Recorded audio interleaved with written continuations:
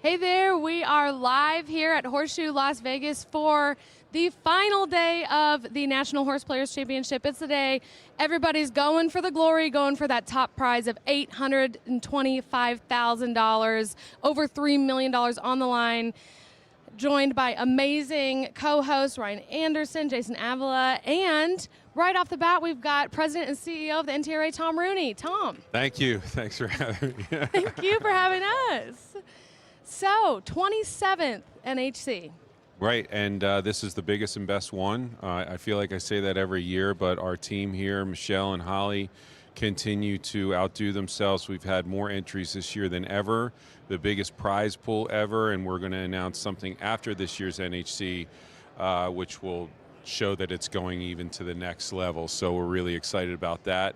And, you know, got a lot of famous people here this year, and as we do every year, but, you know, in the end, it's going to come down to who can pick these horses the best, and we've had a lot of exciting stories so far this weekend, and looking forward to the final table here coming up soon. I know, it's that time, and I love the tease for the announcement at the end. We'll be on bated breath for that. What is your favorite part of this whole weekend? I think it's coming up, but honestly, just hearing from, you know, the players, their personal stories. You know, my family sort of got where they are in this world because my grandfather was really good at this stuff, and with that, he was able to buy a professional football team. And you know, I probably wouldn't be sitting here if it wasn't for him being able to pick these horses back in the early 1920s and 30s. And you know, so it's very near and dear to my heart. But just listening to like America's Best Racing stories about individual people's, you know, journey to get here and what it means to them. And you know, at some point, you know, I saw the former the reigning champion there, who we had down in Palm Beach to give the Eclipse Awards to. At some point today, we're going to figure out who that is, and you know, that person's going to be crowned the best horse player in the country, and that's really exciting for everything that we do in the sport, to make sure that we recognize that person too. Yeah, it's a huge title. I mean, everyone works so hard to get here, and it's really hard to get here. You mentioned a professional sports team in your background. We keep seeing more and more professional sports players in horse racing, in the tournament space. What do you think it is about this world that draws people like that in? You know, I think that it's that anybody can, it doesn't matter who you are or what your background, or whether you're in shape or out of shape. I mean, if you're good at this and you're disciplined and you can figure out and you have good intuition and you work hard during the year, you can qualify for this, and you can get here and be in this room, which is amazing, and then have a chance actually to win a lot of money. But as we have heard from previous champions before, for some of these guys, it really is life-altering money. I mean, it can change people's lives, what happens here this weekend. So it's very exciting.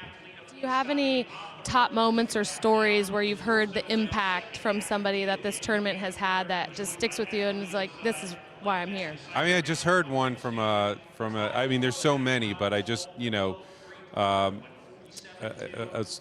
horse sportscaster was just talking about how he did well here several years ago, got a job with the Daily Racing Form. Through that, met his wife, has children now. I mean, the impetus of that was right here. So those type of things are cool. I also have a former staffer who used to work for me that, thanks to me, got involved in horse racing and started doing this and qualified, and he's here this year. So I was just sitting with him, sort of, you know. Incredible. Yeah, seeing how he's doing. He's not doing very well, but he's here. Well, you know, we started the show right off the bat with you, so we didn't really set the stage for the audience. Can you kind of clue in, like, what's happening here and what the rest of the day looks like? Yeah, so this is the final day for the National, sorry, my allergies are getting me, National Horseplayers Championship, and we had over almost 900 entries here today, qualifying all year long to get here, the best of the best in this country for playing the horses. And the prize pool this year is as big as it's ever been. We'll be given north of $800,000 to the champion today, and then a lot of other prizes too for those that come in behind that. Right now, we're about to do the final table, which is the top, I think, 10, and those 10 will battle it out over the next couple hours for who's going to get the big check from me. So that must be fun, getting to present the check. Yeah. It's not a real check, Happy Gilmore. You can't really cash it. But. I would want to take that home with me. Like, do people try to fly that home? Can that be a carry-on item? I don't know if we take that back or what happens to that thing after today. Fit in the overhead bin space. Yeah, it would be like just walk into on the the plane wall. with the big check being like, big winner. Oh my gosh. Well, I mean, this tournament really is growing every year. Like you're saying, it's the biggest and best you've ever had. I know you have, well, I don't know what it is, but you've said there's kind of an announcement later. But the Last Chance tournament we see growing every year. It has over 1,000 entries now consistently. What do you kind of see for like the future and growth of this tournament? You know, and not just that, but, you know, the guy I was just speaking about, he didn't qualify for today, but there's always something that you can come back for, and our team does a good job. Today is the Sunday Silver tournament, and you can win $25,000 from that if you stay today and just basically start fresh. So he's doing that. A lot of other guys that really could have gone home have stayed to enter that. You know, that I think that people are passionate about this sport and want to be in this room and want to compete and really hang out with their table mates, which it's another story I always hear is like they come back and they get to sit with the same people every year and they really love reconnecting. It's kind of like a little fraternity and sorority here of horse players that, you know, get to see each other every year. But yeah, I think that the biggest thing, you know, is what we're about to experience this final table. What I would love to see is at some point we're able to figure out a way to make this final table work for television to where people want to, kind of like the World Series of Poker, want to tune in and see of these 10 people and then get their backstories from you all, right. And then, you know, kind of have somebody to cheer for and then sort of see where that goes. It's hard when you're not able to understand why they're picking the horses they're picking before they announce it. Sure. Like, we don't know their picks until, you know, the bell goes off. So we have to figure out a way to do that. But when you have this many people in a room betting on a sport and we haven't figured out how to make it TV ready yet live, that's something I'd love to be able to do, because it's just, if this was any other sport, absolutely. Every network would be here covering it. It has everything you need, right? Yeah. The adrenaline, the excitement, right. The competition. We actually brought a sports bettor influencer out to play in the Last Chance, First Chance. Yeah. And he was like, this is like a March Madness watch party, but cooler. He's like, I want to come here every year. So I think it's, you're right, like the passion of the people in this room, it's everything. And once anybody sees it, all they want to do is come back. So we've all got to figure out a way to follow each player as they're picking the horse without giving away who they're picking to the other players, so that it's something that's, you know, made like where for you can TV. see the cards and the poker on the hand. I mean, it's like I said, the first time I walked into this room several years ago, I was just like, oh my God, there's like a lot of people in here, and it's like a lot of energy. Like, how is this not on television? Yeah. And so, you know, that's something for us to figure out. Tom, Horseplayers, we're never short on opinions and ideas. And I know every year I come here, throughout the year when we're playing in tournaments at our home tracks, we all have opinions and ideas on the format should be this, it should, you guys, you know, maybe change this and that. And, you know, the TV thing has always come up because we obviously want to get it out there. Are you guys open to or thinking about potentially making any format changes or down the road? I know that in the 5 years that I've been here, there have been changes that we have. First of all, we have a committee, a Horseplayers committee, that we use as a reference and as kind of a sounding board for the things that you're talking about. Also, sometimes, unfortunately, for disciplinary reasons of other players, what they think is fair, if there's anything nefarious happening here. But every year we have sort of like as we used to say in the Army, an after-action report where we get together as a team and we talk about what can we do to make this better. This is what the committee is recommending. This is what we think will make these things better, whether it's re-signing a contract with Caesars and Horseshoe for the next 3 years, or things like that. But I know that over the years since I've been here, Michelle and Keith Shamblin, our Chief Operating Officer, have come to me and said, hey, we want to do this little change or that little change at the NHC. Are you good with that? And, you know, these guys have been doing this for way longer than I've been plugged in. So if they're for it and the committee's for it, then I'm 99% of the time for it. So you really have a great team. I mean, to pull off this kind of event is incredible. And it shows. It's growing. Everybody has a great time. People who aren't even qualified come here just to be in the room if they've been qualified in the past. So, Tom, we so appreciate you coming on here to chat with us. We're excited to watch you present that big check in just a couple of hours to whoever the winner is going to be. So thank you so much. Thanks, guys. Appreciate it. Thank you. Thank you so much. We have Rachel standing by with the current leader of the tournament in first place right now, Richard Sugimoto. Rachel. Correct. I'm sitting here right next to Richard, who's currently #1 on the leaderboard. Richard, how does this feel? It feels wonderful. Yeah. I listen and unbelievable. It's only my second time here playing. First time I came here was in 2016, and all in all those years in between, just playing contests on different sites, getting the feel of contest play.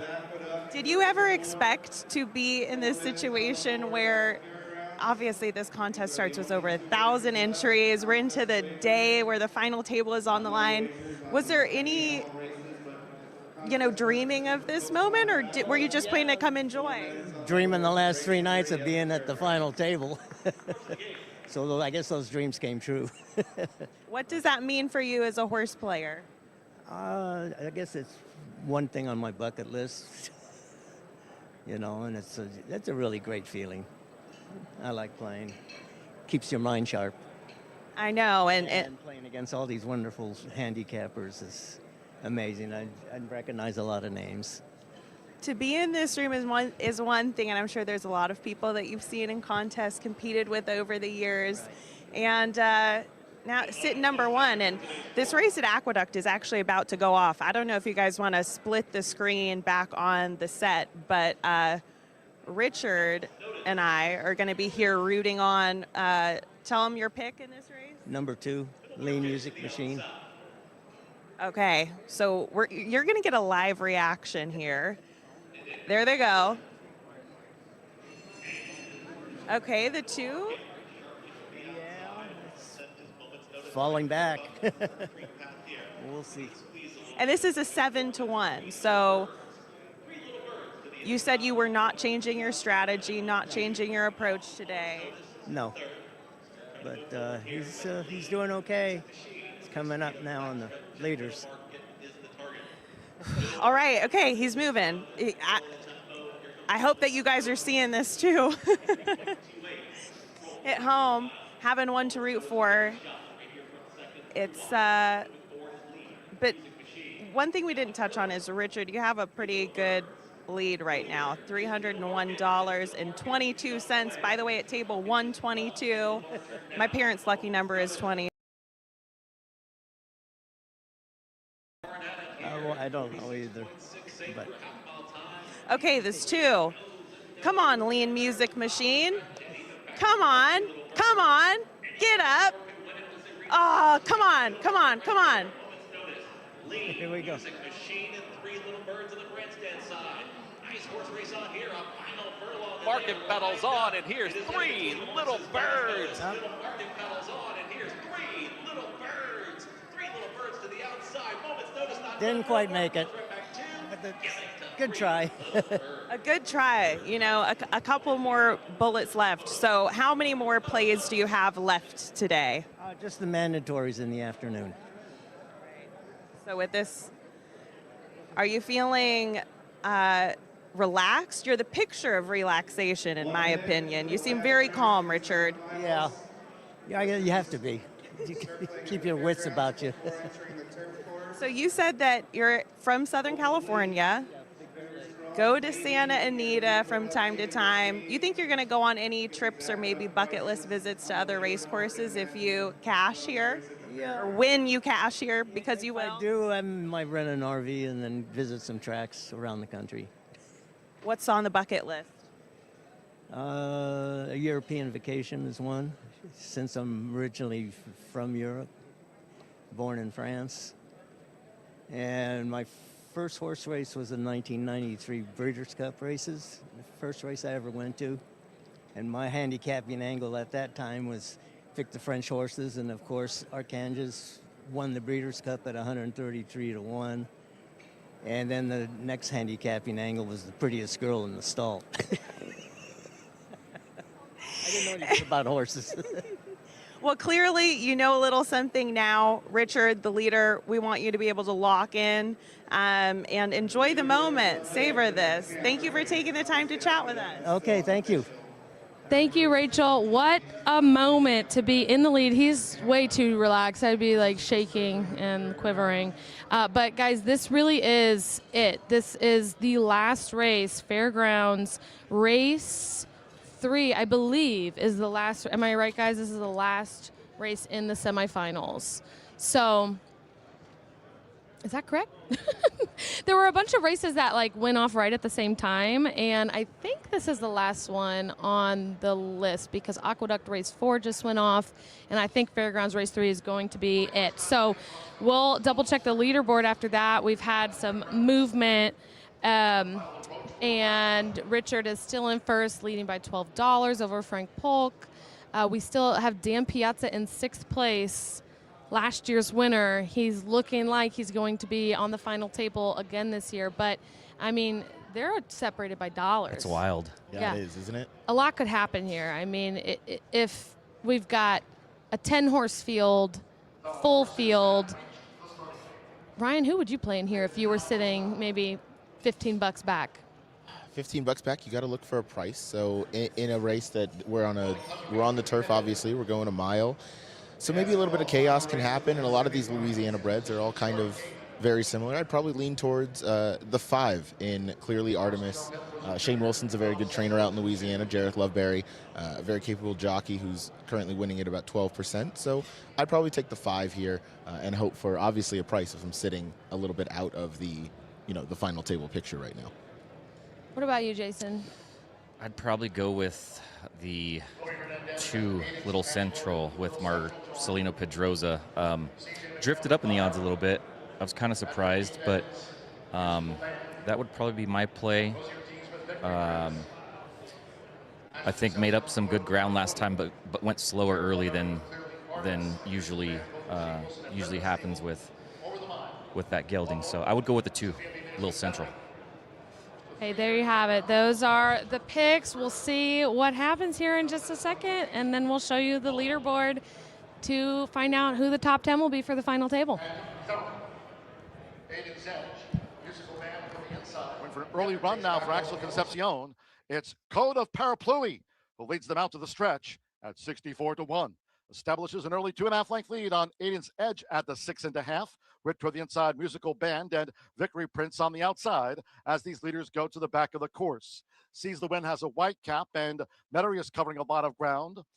Little Central is in behind horses there in the leading Owner's Silks. That comes Clearly Artemis with Von Erich out deep on the course, and Nippet gets shuffled back to last.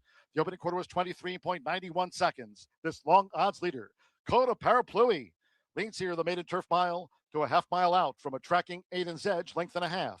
Musical Band holds the rail there at 28 feet. Victory Prince makes a bid between horses, and on the outside of them is Sees the Win. There comes Little Central, who's racing 5 lengths off this leader as they enter the far turn. Metairie wide both turns.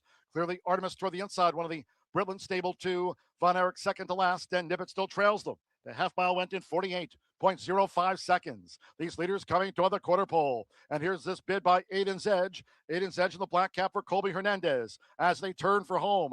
Metairie coming with a sweep. Sees the Win is right there. Coda Parapluie has dropped back once headed. 3/4, 113.78 seconds. And Metairie has taken the lead here for Sofia Vives. Metairie opens up a 3-length lead into the final furlong from a staying on Victory Prince. Then Sees the Win. Aiden's Edge toward the inside. Here comes Victory Prince for Jose Ortiz. Victory Prince slowly reels Metairie in. It's Victory Prince. Victory Prince finishes on top by 3/4 length to Metairie. Sees the win was third. Aiden's Edge from Artemis and Okay, so the favorite wins, which I'm very curious if you're maybe sitting in 10th place, 15th, 20th place, and you're only a couple bucks out. I bet some people took the favorite just to move up. And then a 13-1 got second place. So you get points in this tournament for getting first or second. So I don't think it'll be as crazy of a leaderboard shift as if that 10 would have won and you had a 13-1 win the race. But I do think we will see some changes on the board. I'm curious to see what happens. I don't know how updated this leaderboard is, but 10th and 11th is very, very slim in between. So a 4 to 5 shot or 3 to 5 shot could actually mean the final table or not getting on the final table. I don't think we'll be able to see the picks of 10 and 11 and 12, but we'll know Ken Jordan at 264.48, see if he holds on. If he holds on, exactly. Okay, in the meantime, are you ready for us, Dan? I think Dan is ready for us. You got us? We've got you. Okay, he's with royalty famous Michelle Ravencraft here.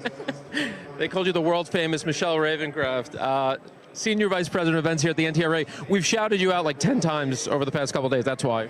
Well, thank you very much. I've been doing this for about 25 years and I absolutely love it. I love being here. I love being in this room. We have a great staff, so everybody, all of the NTRA staff's a superstar, but everybody here is already a winner once they get here. Well, we started with, what's the exact number? 651 people, does that sound right to you? 828 entries. All right, 651 people, 828 entries. We're about to be down to the final 10.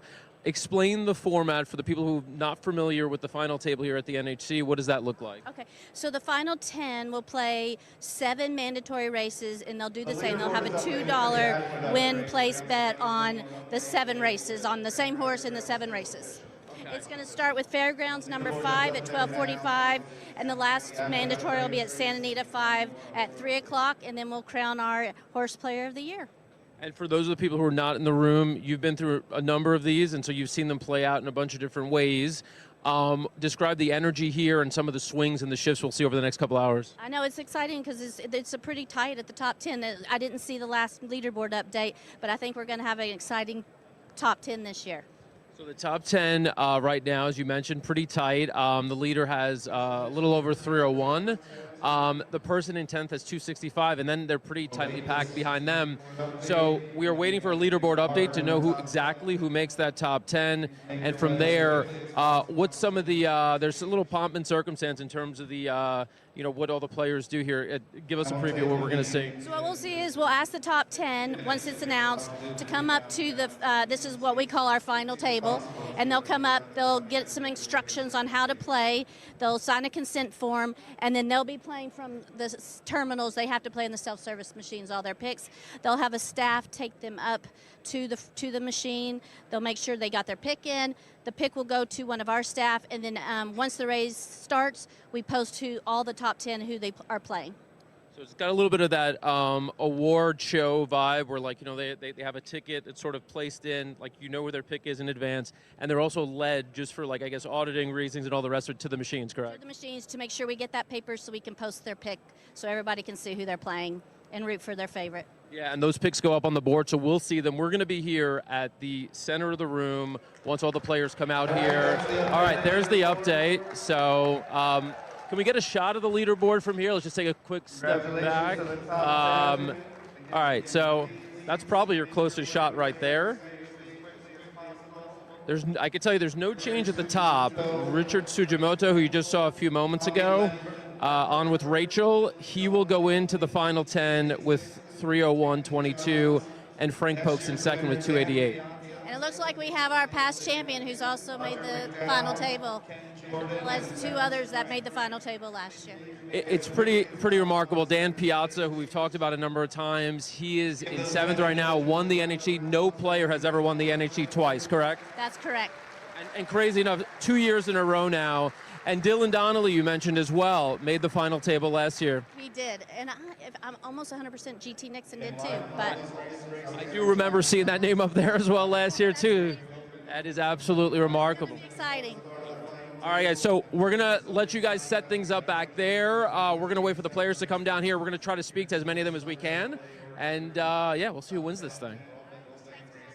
Thank you, Michelle. Thank you, Dan. Thank you, Michelle. Okay, this is a moment. We've got our final table, and we've been joined by somebody who has been on the final table before. We have Marshall Graham here. You were on the final table in 2019, right? Yeah, it was a long time ago, but it was super exciting. You know, I don't remember having the scoreboard updates like they do now, so I really didn't know until they announced the numbers. And when they announced the numbers, I actually skipped over my name because I had a different mandatory because I had a horse running, and so then they skipped my name and then they paused and they reset it. And I in that little moment I panicked because I was like, oh my God, did I think I had a different number than I actually had? But this is an amazing final table. This is Dylan Donnelly's there, Ken Jordan's there, ITP is there, it's the defending champ is there. This is going to be an epic final table, and the scores are fairly compressed. Yeah. So, you know, it's going to be an exciting afternoon to watch. It really is. And we got Tammy Johns, too, who was at the lead yesterday. So we've got a woman represented on the final table, which is awesome. Marshall, what can you speak to for the emotions that are running through all these people's heads right now? Is it panic? Were you panicked? Were you calm? Did you have a plan? I mean, I hadn't looked at the 7 races. I remember that. So I had a little bit of time to look at the 7 races. It was really close. I was in 7th and kind of flattened out. I'd had a good tournament. I remember in that tournament I had 2 cap horses like within 5 minutes.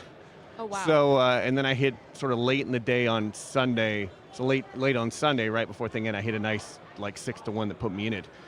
But I was in 7th. The guy in 8th jumped to 3rd, and the guy in 9th won, Scott Coles. Right. So, and it was tight. The bull was tight like this, and so I think that's what makes it really compelling. Is despite the fact that really both days, especially Friday, we had a lot of prices, unusually a lot of prices, that we have this compact leaderboard that's going to make each of these 7 races exciting. So, and the one thing about adding the Silver Sunday contest is it's really kept everybody here, so everyone watches and plays along, and so there's a lot of excitement in the air. I mean, just even watching that last race at Fairgrounds, knowing the implications of the 3 to 5 shot, chasing down the Sophia Vives on the lead, and what that probably meant for these players.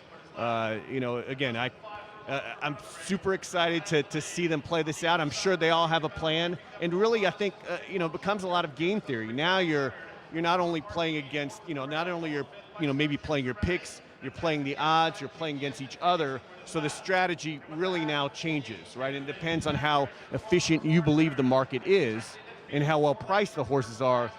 Depends on what you do, because now, you know, we're 7 races away from that final number, and by the time we get to the last two, certainly the last race, it's all about a number. Yeah. Right. So it's, and you're looking at the prize money, and you're thinking, you know, is it worth taking a shot to get here, or do I backdoor the next spot up, or what did you end up? You know what I think is going to happen here is a lot of these people are experienced players, they're named players, and I think they're going to want to win. And so I think that even though there is some first, second, third, you know, there's some disparity there, I'd be surprised if we don't have a lot on the swing for the fences, and then we get to the last race and some of them even out of it, they're not going to want to move up 1 or 2 spots. They're going to shoot for the lead. I think, you know, the glory is winning the Eclipse Award. The glory is having your name up on the, you know, on this the board you walk in on. And so I think that especially with this table that we have here, we're going to see a lot of people taking shots. I mean, everyone's so close together. Like in past years when there's been an outlier who's $100 ahead and you're like, okay, do I want to go for the 800 or do I want to try to go for the 300 in second? But this, everybody has a really even chance to get that top spot. Marshall, we heard Michelle Ravencroft saying there's familiar names on the board. We see these repeat people come back and perform well every year. You're one of those. You're always in the game, in the play. You've won the BCBC. What's that like, being a player who's consistently? Well, I mean, you know, this tournament is really hard, and it's a matter of getting on the right run. And there's nothing more exciting when things are going well. 2 years ago, I had like $150 in the first 2 hours. and then I basically flattened out. I was in a great, so I had $100, so I had a big lead already, and had I think the next best score was 60, and then I hit an 18-to-1 shot, the longest shot of the day at Aqueduct, and then I flattened out. But when things are going well, you sort of want to bottle that. I had a good run yesterday where I had a lot of hits in a row, so there's nothing better. But this contest itself is really unforgiving when things don't go well. You can start looking at Friday for your plane ticket home. So we've got Dan or Rachel standing by with somebody where things didn't go so well. I think they're standing by with Dave Portnoy right now. We're gonna toss to them. Yes, you guys see me? We see you. Okay, sweet. Dave, yes. Now I'll come on down to you. So how did the rest of yesterday shape up? Never bounced back after that 9 horse. And I think I probably panicked a little bit too early. You start going for longer shots, and I don't know that you needed them. But yeah, we were not good. That was the last cash ticket. Silver Sunday, potentially on the line today. Any better luck? No. I'd have to get very hot in these last 7 races, the 6 mandatories, but no, it's kind of like deflating. This is like a bronze medal game. It's like, why do you even have it? So it's a little depressing. Not here for the participation trophy. Does this mean that you might be diversifying into some other bets here today, though, or just straight tournament play? No, I'll do a couple other bets. I don't want to keep hammering it home, but for everyone listening, the CAWs are ruining betting, so I would be firing away on all cylinders, but I just can't stomach like wild swings after the gates open, which Gulfstream happens all the time. So I will bet, but I probably saved myself millions upon millions of dollars because I'm like playing, I'm firing big. So I don't do that anymore, and I just twiddle my thumbs and hope for the CAWs to get banned. So are you potentially going to be shifting gears a little bit over to some other sports coming up? Do you get involved in, March Madness? Is horse racing your most favorite thing to gamble on, or these other sports come into the mix? Well, I bet on it all. So March Madness is my favorite 40 days of the year. But horse racing is my single favorite sport to bet on. I absolutely love it. So it does stink that I've had to pull it back a little bit. I tell Brad, again, the Weisborg, the Bloodstock agent, I'm like, I'd rather you buy me more horses because I just lose at gambling. But he's just so stupid, he can't get that through his head. So what's the Barstool audience's response to horse racing? Do you feel like there's a lot of new fans and bettors flocking in by way of you being involved? Yeah, I think there are. They follow. I'm convinced we've made the NHC harder to qualify. I think the publicity that we're getting the entries are going up more, which makes it more difficult. But our crowd are gamblers. That's really what Barstool started as. It was like a 4-page newspaper gambling rag. We used to put it in Suffolk Downs so you could get it. So I think there is a lot of crossover. So you say the Go-Go Gray Horse is usually very bet down by the fandom. Yeah. What's the vision? What's the year? What are we manifesting for a Go-Go Gray Horse in the Derby or Oaks? So my horses aren't cheap. They're good pedigrees. We're spending anywhere between, 300, 700. So they're real horses. And I have come to the conclusion, if I can have one legitimate horse on the Derby trail before I die, that will be a win. Because I know how hard it is. And relatively speaking, I'm a poor person, compared to, a lot of people buying horses. I can't have the stables they have. So if I think 14 now horses, and I probably can't carry that many more. So if I have one real great horse, my dream is probably to win the Travers. I'd almost pick that over the Derby because I have a house in Saratoga. I grew up going to Saratoga. It's kind of my home track. So, but any big race like that, I just want one from a baby where I see them born and follow them all the way through. I have no interest in buying into horses who I know are already good. If it's early, fine, but I want to follow them from, basically birth all the way through. So it's a hard thing to do. And I love that that's your approach as an owner, is kind of the do right by the horse. You said that you want to retain these horses, have sole ownership. so you can make those decisions? Talk about that. Yeah, so no go. Any horse I buy, I'll never sell. I'll never be in a claiming race.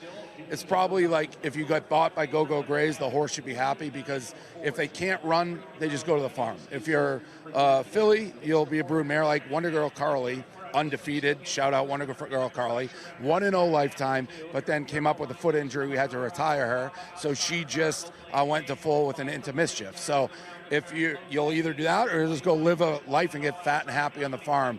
But I'll never let anyone else get any of my horses because I would never be able to stomach seeing it in a low-level claimer and a different. It's very important to me my horses are treated right from birth all the way through their life. So that's expensive, but worth it to me.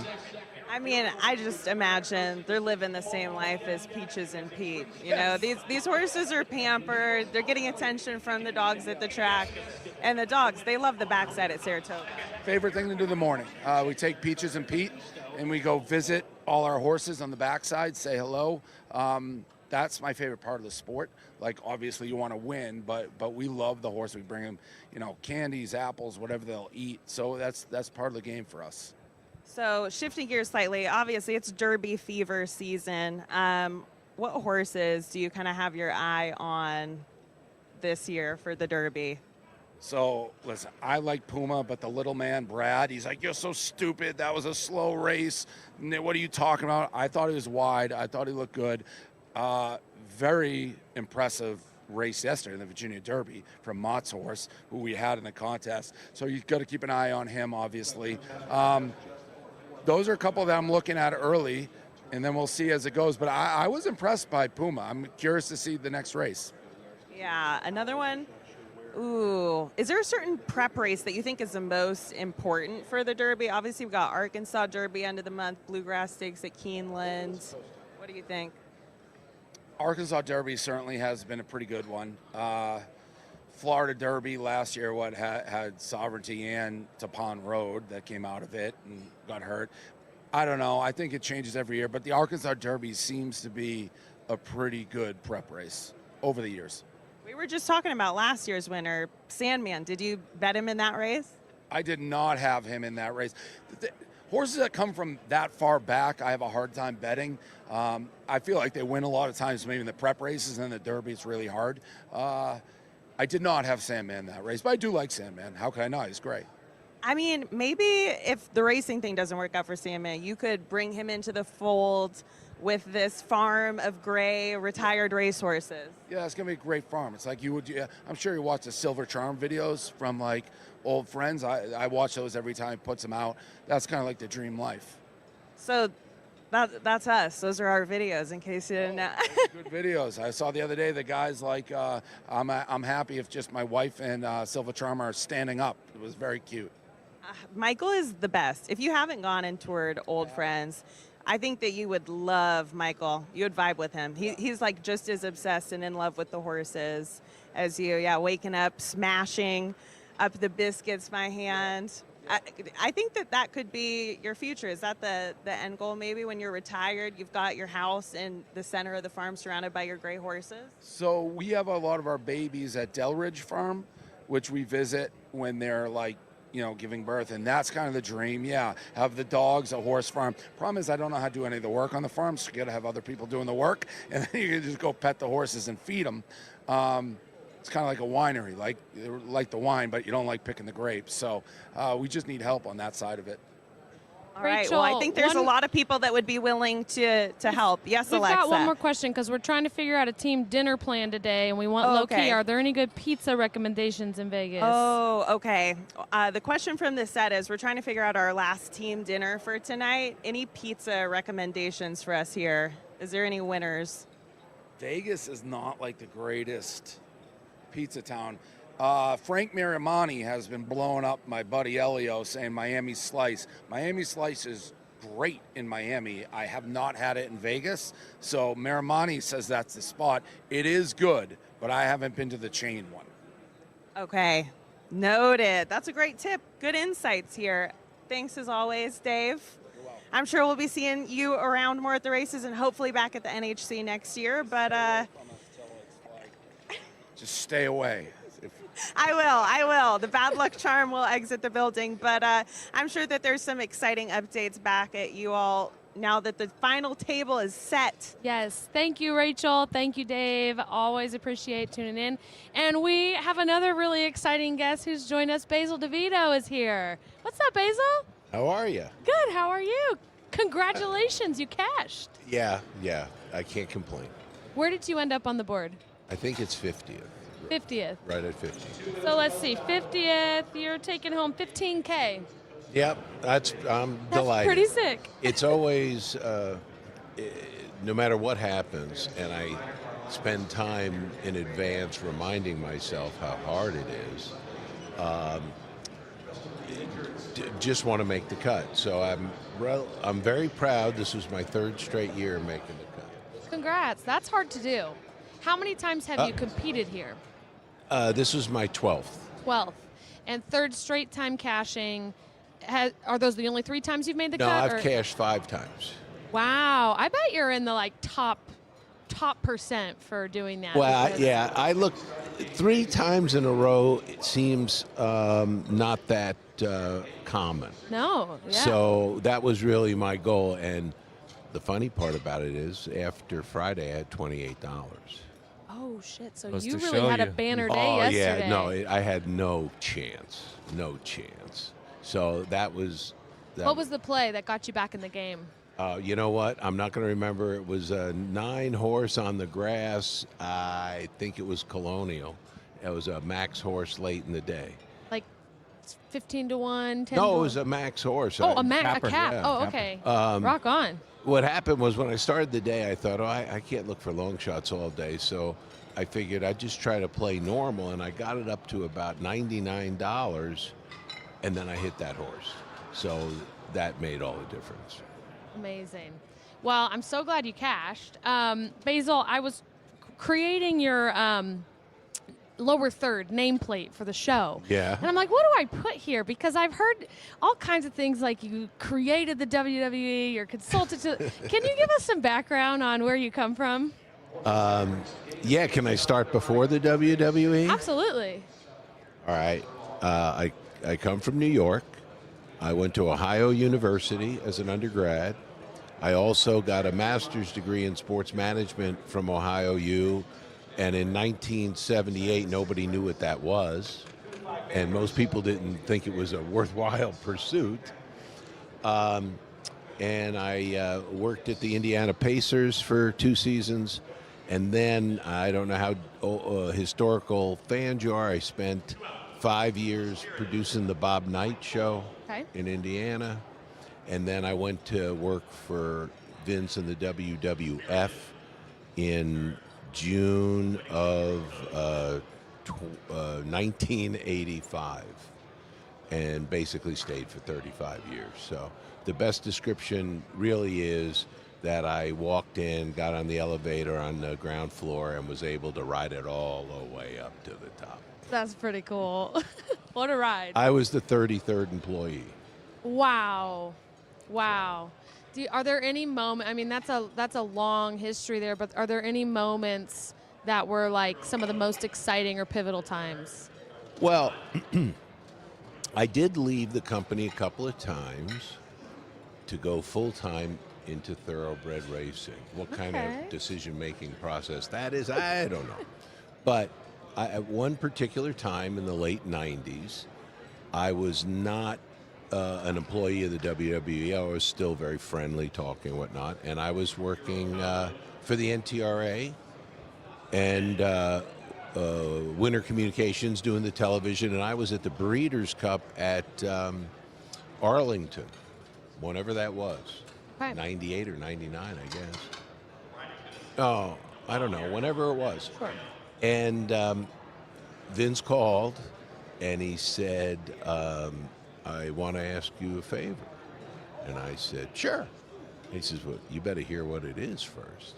And I said, it's a little like James Gandolfini calling, you know, who, I mean, that was the height of the Sopranos. So I said, what am I going to say? Yes. And he said, oh, you got a good point. So he brought me back then, and then that's when the XFL came up in 2000, and we started the XFL. So it's pretty much fun to be able to start a whole football league from scratch and be on NBC, and it was very cool. Yeah, I mean, that's just the wildest resume. But you're here. You're here at the horses, so the horses keep pulling you back. That's right. And the that's right. tournaments keep pulling you back. What about this space? How does it compare to other sports spaces you've been in? I'm sorry, I didn't hear all that. How does horse racing and tournaments compare to the other sports spaces you've been in? Well, let me give you some perspective. This year's Kentucky Derby will be my 52nd consecutive. So I'm an event kind of guy. Yeah. This is, the NHC is the only and best real opportunity to earn money in contest play for the populist. It's a very populist event. You could be anybody. There are people with all different levels of expertise. And, if you take your time and work at it, I'm no expert, you can do it. And so that's what I think about this event. It is the best horse player experience in the country, and it's unique in that you can't buy your way in, and the camaraderie is amazing. So I love it. It is. It's a great place to be. We got people in the comments saying, more basil, please. The fans are loving you. Okay, I got one more question for you. Ryan, you have a question, I can tell. I think so. Do you think for the final table it would add an element of maybe some drama if they each got a walkout song? A what? A walkout song, similar to WWE.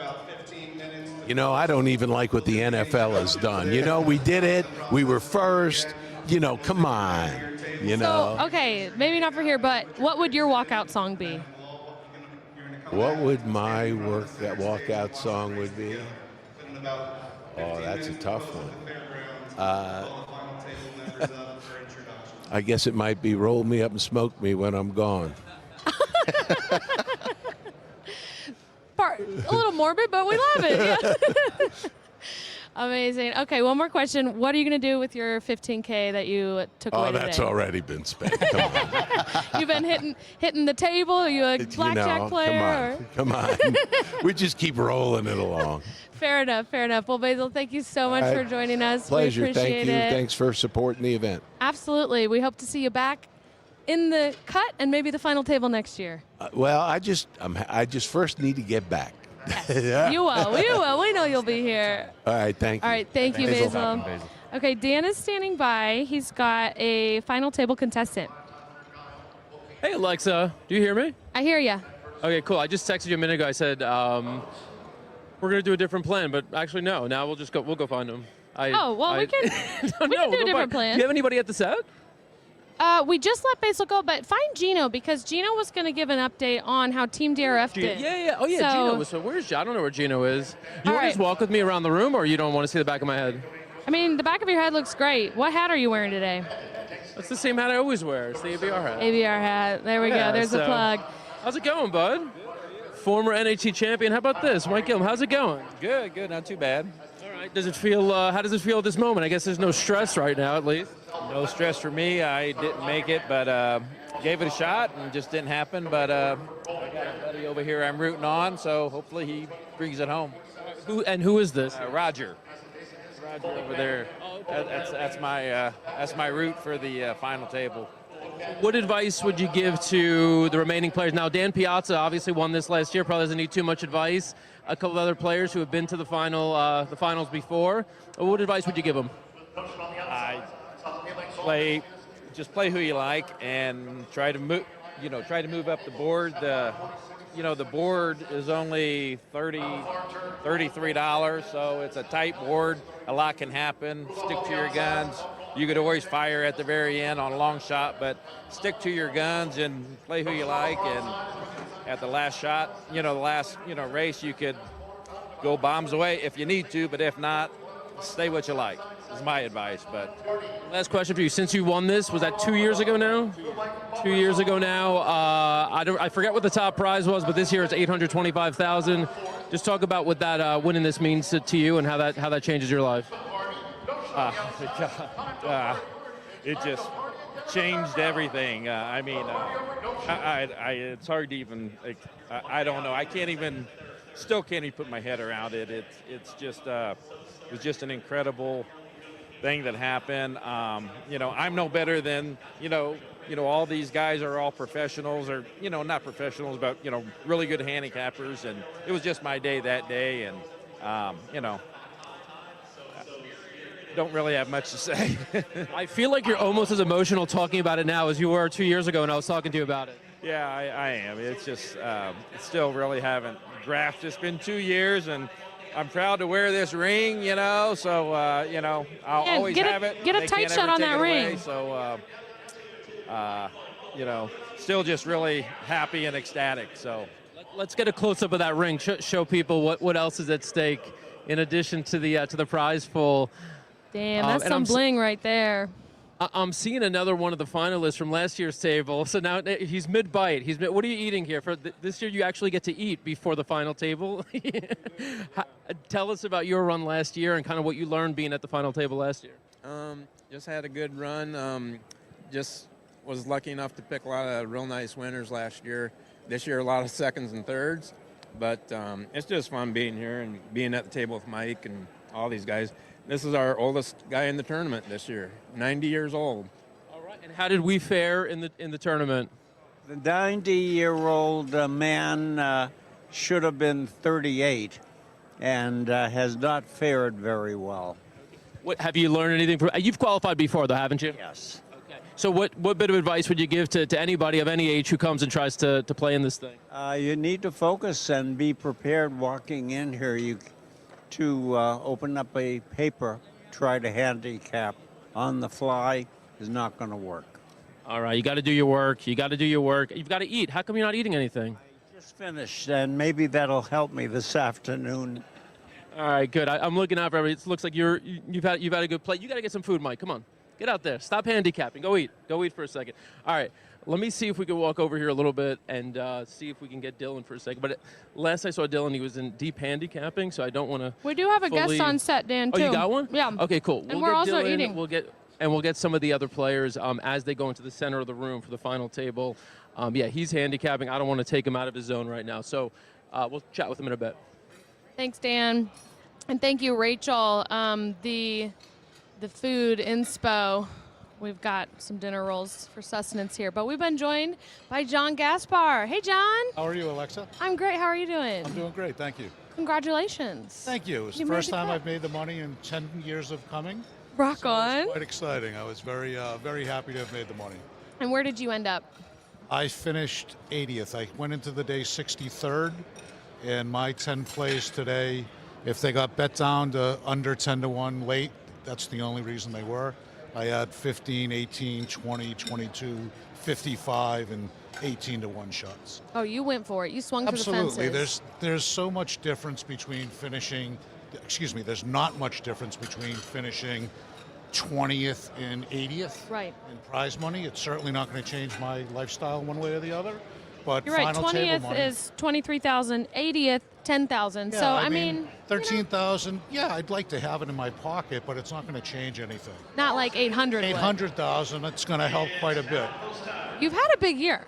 I've done really well. I've won the Keeneland Fall Tournament this year, which was fantastic. Was that like 75,000 or? Yeah, I mean it was 50,000 in cash, 20,000 in prize money that I made in my bankroll, plus other entries and contest entries for future. So it worked out quite well. It's pretty badass. Yeah, it was pretty good. I was really excited. You also placed in the tour. Yeah, I finished 8th this year. I finished 11th last year. So next So you year made maybe the- 5th, right. and then maybe I'll win in 2029, something like that. John, that's impressive to do it year long and finish up in the top of the leaderboard. What kind of dedication does it take to get there? I mean, truthfully, it takes volume. you have to play a lot. I mean, if you're only going to play a little bit, you're not going to have much success. And you have to play, there's key contests that you have to play the way the leaderboard works. You get more points if you play live, and there's 8 huge live tournaments that you have to play. The first 2 are here at the NHC, the First Chance, Last Chance, and now today's Silver Sunday tournament. Jim Goodman runs 2 at Keeneland in the spring and in the fall. Brian Skirker runs 1 at Monmouth. Those are the big 7 that you can get lots of tour points if you get a good live score. And then online, the Horseplayers runs a contest on Friday that gets lots of entries, and you get lots of points if you do well. So you have to play a lot, you have to spend a little bit of money, and you have to be pretty good consistently throughout the year. It's tough to do, and you were consistently a good player. What can you tell us about your handicapping background?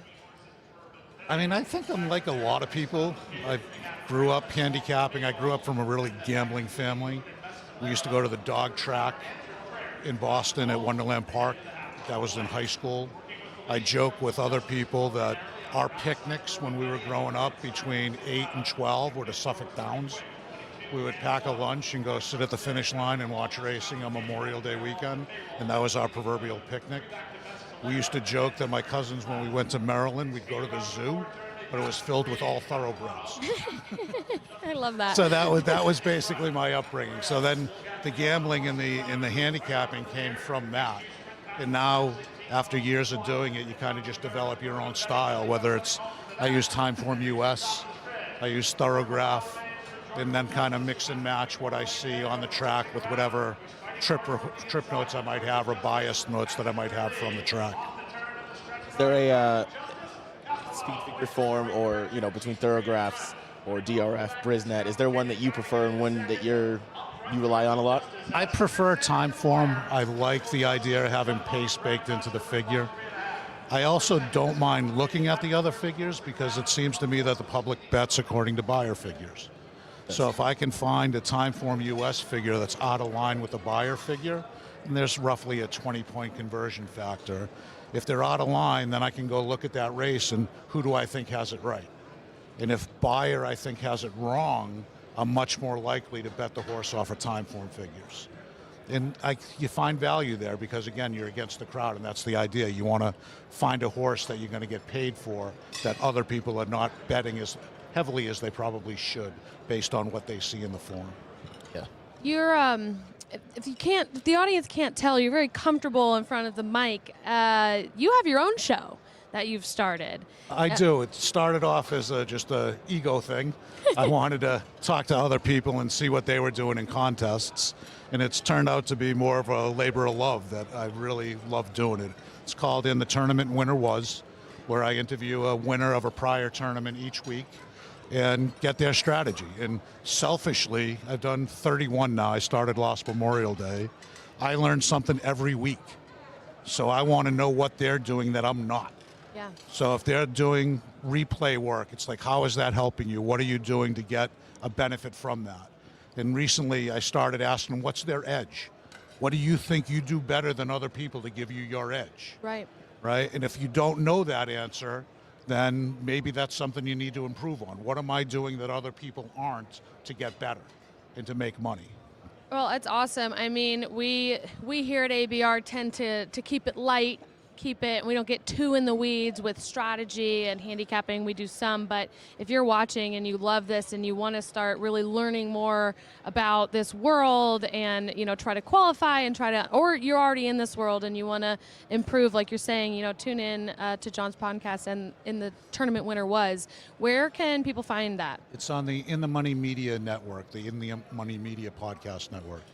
Ryan is also a member of the In the Money Media Podcast. Yes, I am. Jax Muniz and I run a show there once a week. Awesome. We got people tuning in the comments saying they love your podcast, they love watching. Please do come in the comments. We want to see your thoughts. Feel free to drop in questions you'd like us to ask guests on, and who you're rooting for on the final table. If you're rooting against anybody, no, we don't want to get mean. But we want to know your thoughts and who you would play in these 7 races coming up. The final table is what, like 12 minutes away. Let's see. The first race is 3 minutes. Fairgrounds Race 5. Okay, so 23 minutes. John, did you by chance take a look at that race? I have not looked at the fairgrounds, so I have a theory about the final table. Okay, I want to hear it. I think the first 2 days is a handicapping tournament, and I think day 3 is purely game theory. I did not look at any final table race today. Okay. And if I made it, I'd look at the scoreboard and say, who do I need and what do I need? Right. If I'm in like Dan Piazza's position, who ended up the defending champion, he's $30 out of the lead. To me, he can't take anybody that's 7-2 or below at this point.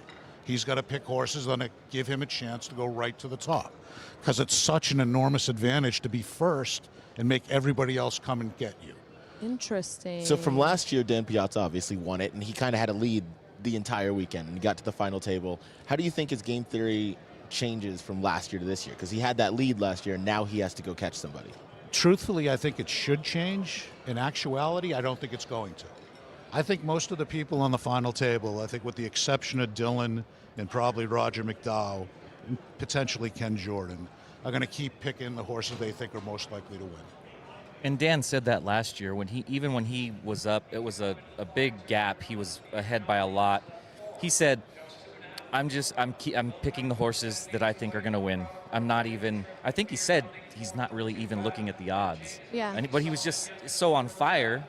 And, you know, maybe he does the same thing. If he goes on fire and he picks 4 or 5 winners, then it might not matter. It's going to be interesting, though. This is a close final table. And I understand psychologically why you would do that. I mean, it's hard to get off a horse that you may have liked at a short price that wins, Yeah. and you would have moved up $8 and given yourself a chance to move up the leaderboard and move up maybe a couple of prices. But how many chances in your lifetime do you get to play for $800,000? I think every horse you choose should be giving you the chance to win the money. And if it's not, I think you're doing yourself a disservice. The prize jumps aren't big enough from 10 even to, I think it's 5 or 4, to really it makes a difference. You don't know anybody's personal financial situation, but you don't have many chances to give yourself a chance for $800,000. I think you got to take 7 shots to try to win the tournament. I'm like usually in agreement with this, but this year it is so close, and there's 7 races. So let's see, 268 to 281 for third place. So what's that, like $13? $13. And then you're still only $20 from the first. So there's only $30-40 from 10th to first place. So I do think that in 7 races, a 3-to-1 shot that picks up $13 can make a big difference. And I agree. You try to win, you swing for the first, unless there's somebody $100 ahead, and you're generally playing for second. But I do think in this tournament, the way it's shaped up, you could climb the mountain a little bit if you have a really strong opinion at 3 or 4 to 1. I understand that logic, and that's what most people do. Yeah. But I would argue if you like 2 3-to-1 shots and you're trying to move up in 2 steps, it's roughly a 9-to-1 chance that you win both. Okay. Why don't you just take 2 9-to-1 shots? Because if one of them wins, you're in the same spot, and if both of them win, you're actually going to win the tournament. It's time to introduce Right? the final table. No, you're totally right. Like the math. The math is mathing. You've got it there. I'm hearing a lot of noise. They're announcing the final table. Are we in place for that? Can we toss over to? Okay. Thank you, John, so much for joining and sharing your insights. We're going to throw over to the announcement of the final table contestants. Thanks, Ryan. Hey, Alex. Brian Skirka is making the announcement, so we'll let him make the announcements here, and we'll the final 10. Ken Jordan.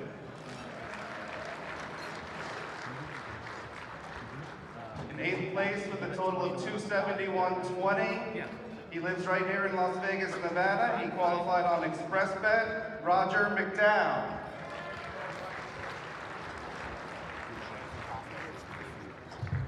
Our 7th place competitor has a total of 271.32. He lives in Chicago, Illinois.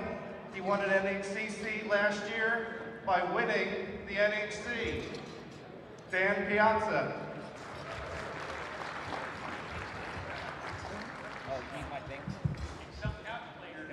place with a total of 272.96. She's from Meridian, Idaho. A winner on Horseplayers, Tammy Johns.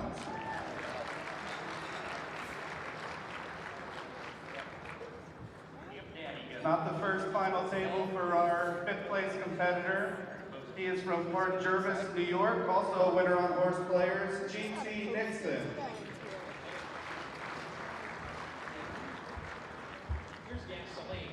Also not the first final table for our 4th place competitor with a total of 277.04.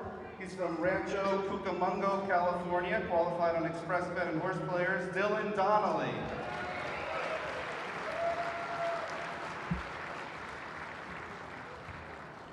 In 3rd place with a total of 281.54. He's from Sparks, New York, Tommy Ledberg.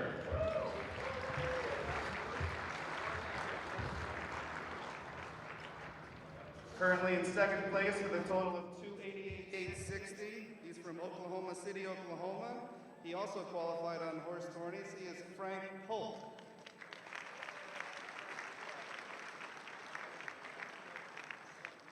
And currently in the lead with 301.22. He is from Big Bear City, California. He qualified on Express Bet. Give it up for Richard Sujimoto.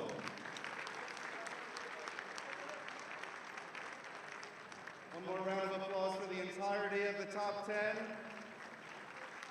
Horses are in the back, prepared around race 5. There's 16 minutes to close. Best of luck to everybody in the top 10, and the Silver Sunday contest resumes now with this 5th race. Brian Skurga, great job as always. Listed off the competitors and really like pretty wide representation. We heard some people from New York, some people from California, Las Vegas, a few other spots. So there are, we've got about 5 minutes until the first mandatory race of the final table. There are 7 races, first at 12:45 local time, 3:45 Eastern, and the last being Santa Anita Race 5, which is 3 o'clock Pacific, 6 o'clock Eastern. Let's see if we can go check in with one person who said he would be around to talk with us about some of what's developed here. I don't see him. Where is he? He's gone. I'm looking for Gino. Gino, if you're watching.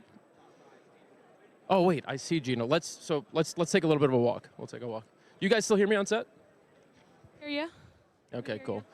All right, these steps are good. I just inhaled some salmon and broccoli rabe, so time to burn it off. So Gino just bolted right after that. He was right up there. He bolted. Gino. We're actually live, so jump right into it. Beautiful. So we wanted to check in with our team DRF and some of our DRF employees and see how they did. Got to give a shout out to Kenny Peck. He ended up finishing 16th. We saw his name all over the leaderboard throughout the weekend. So awesome job, Kenny, finishing 16th. Lonnie Goldfeder, one of our DRF employees, he struggled on Friday, and then on Saturday and today, he was incredible. Lonnie had a fantastic run over the last couple days. He was probably one of the hottest handicappers in here the last few days. So shout out to Lonnie, who ended up finishing 32nd.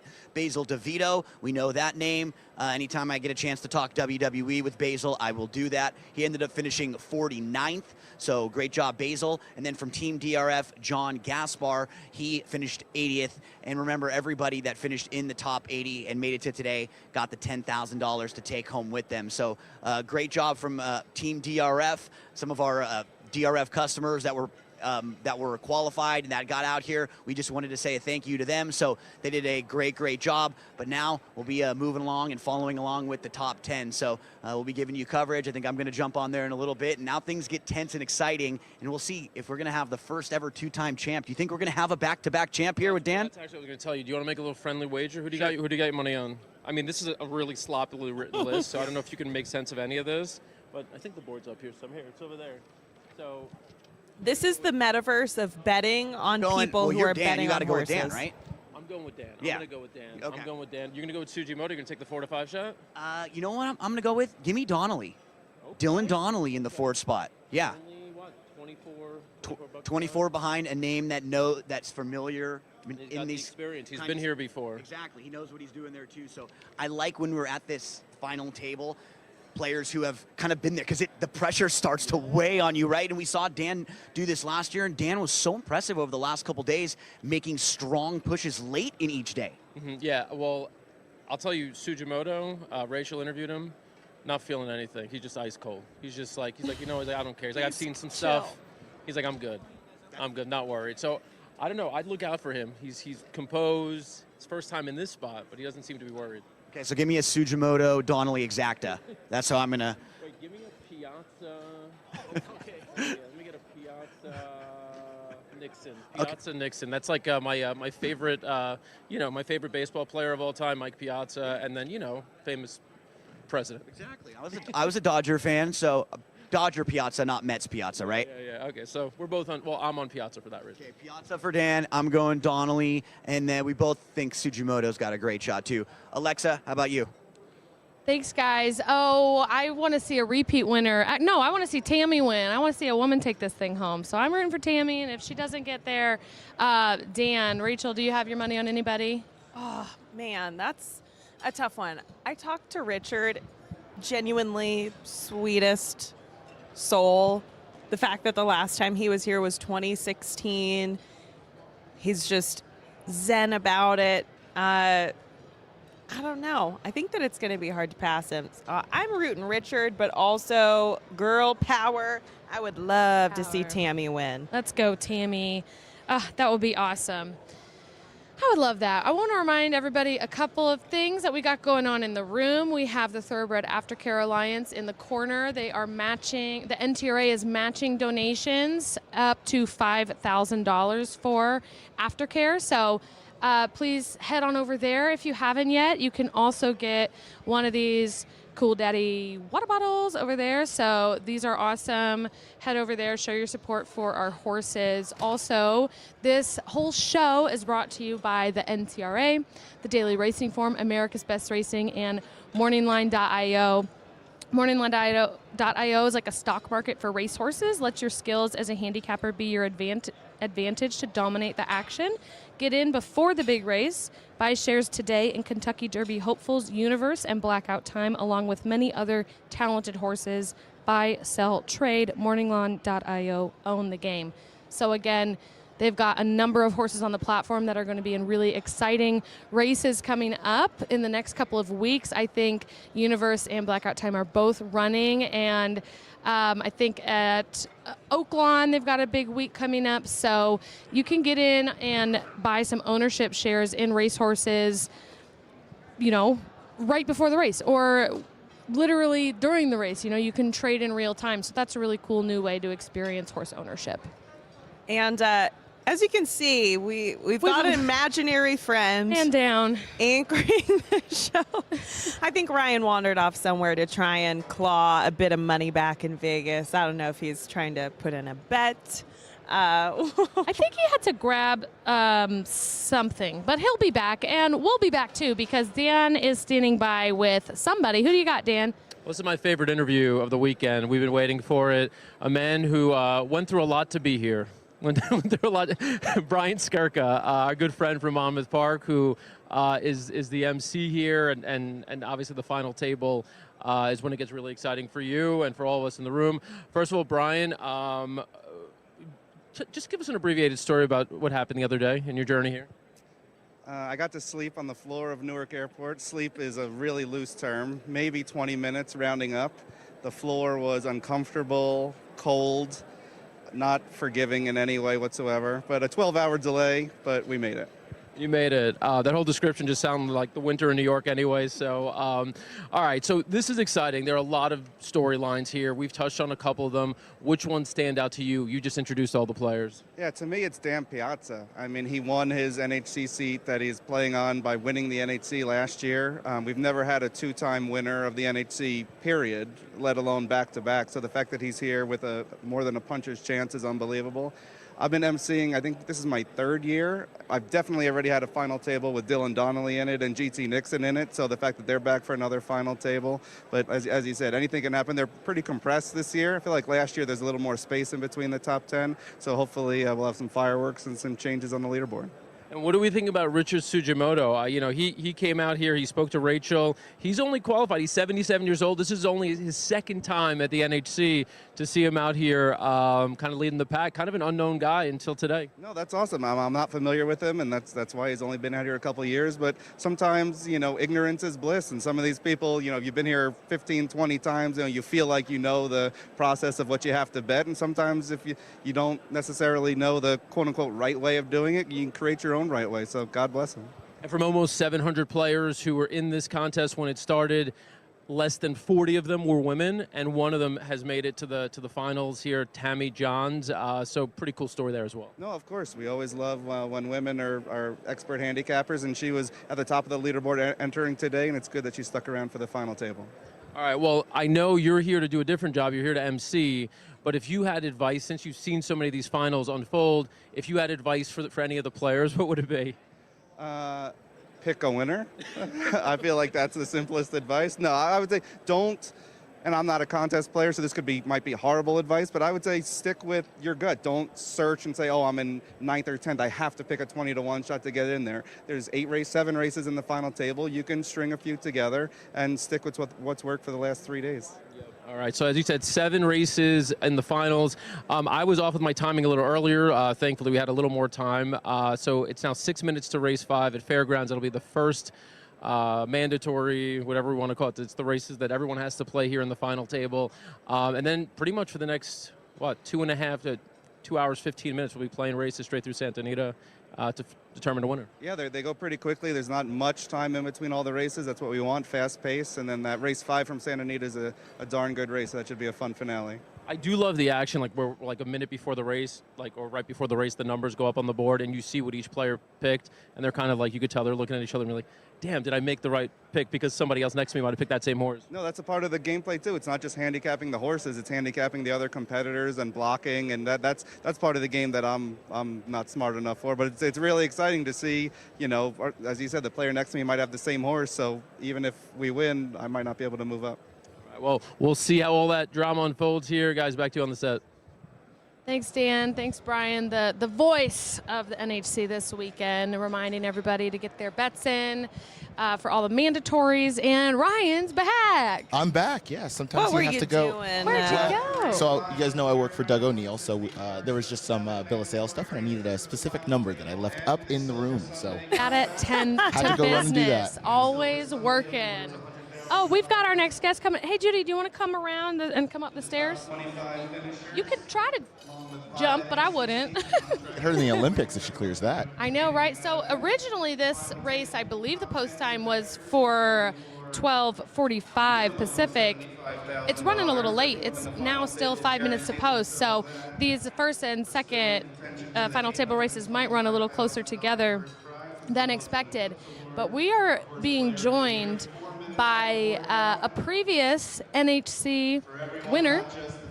Judy Wagner is now on set, one of my favorite people in the room. Judy. Good morning. Good Afternoon now. Good afternoon. It's Vegas. Nobody knows. I know, and when you're playing horses, what difference does it make with the time? Just want the winner. Exactly. Just wants the winner. Okay, Judy, you won this thing in 2001. Correct. The only woman to have won it. We have another chance today. You've got a chance. Love that. Are you ready? Do you want to pass the torch to another woman? I would love to see the Zenyatta of Horseplayers beat the boys. Yes!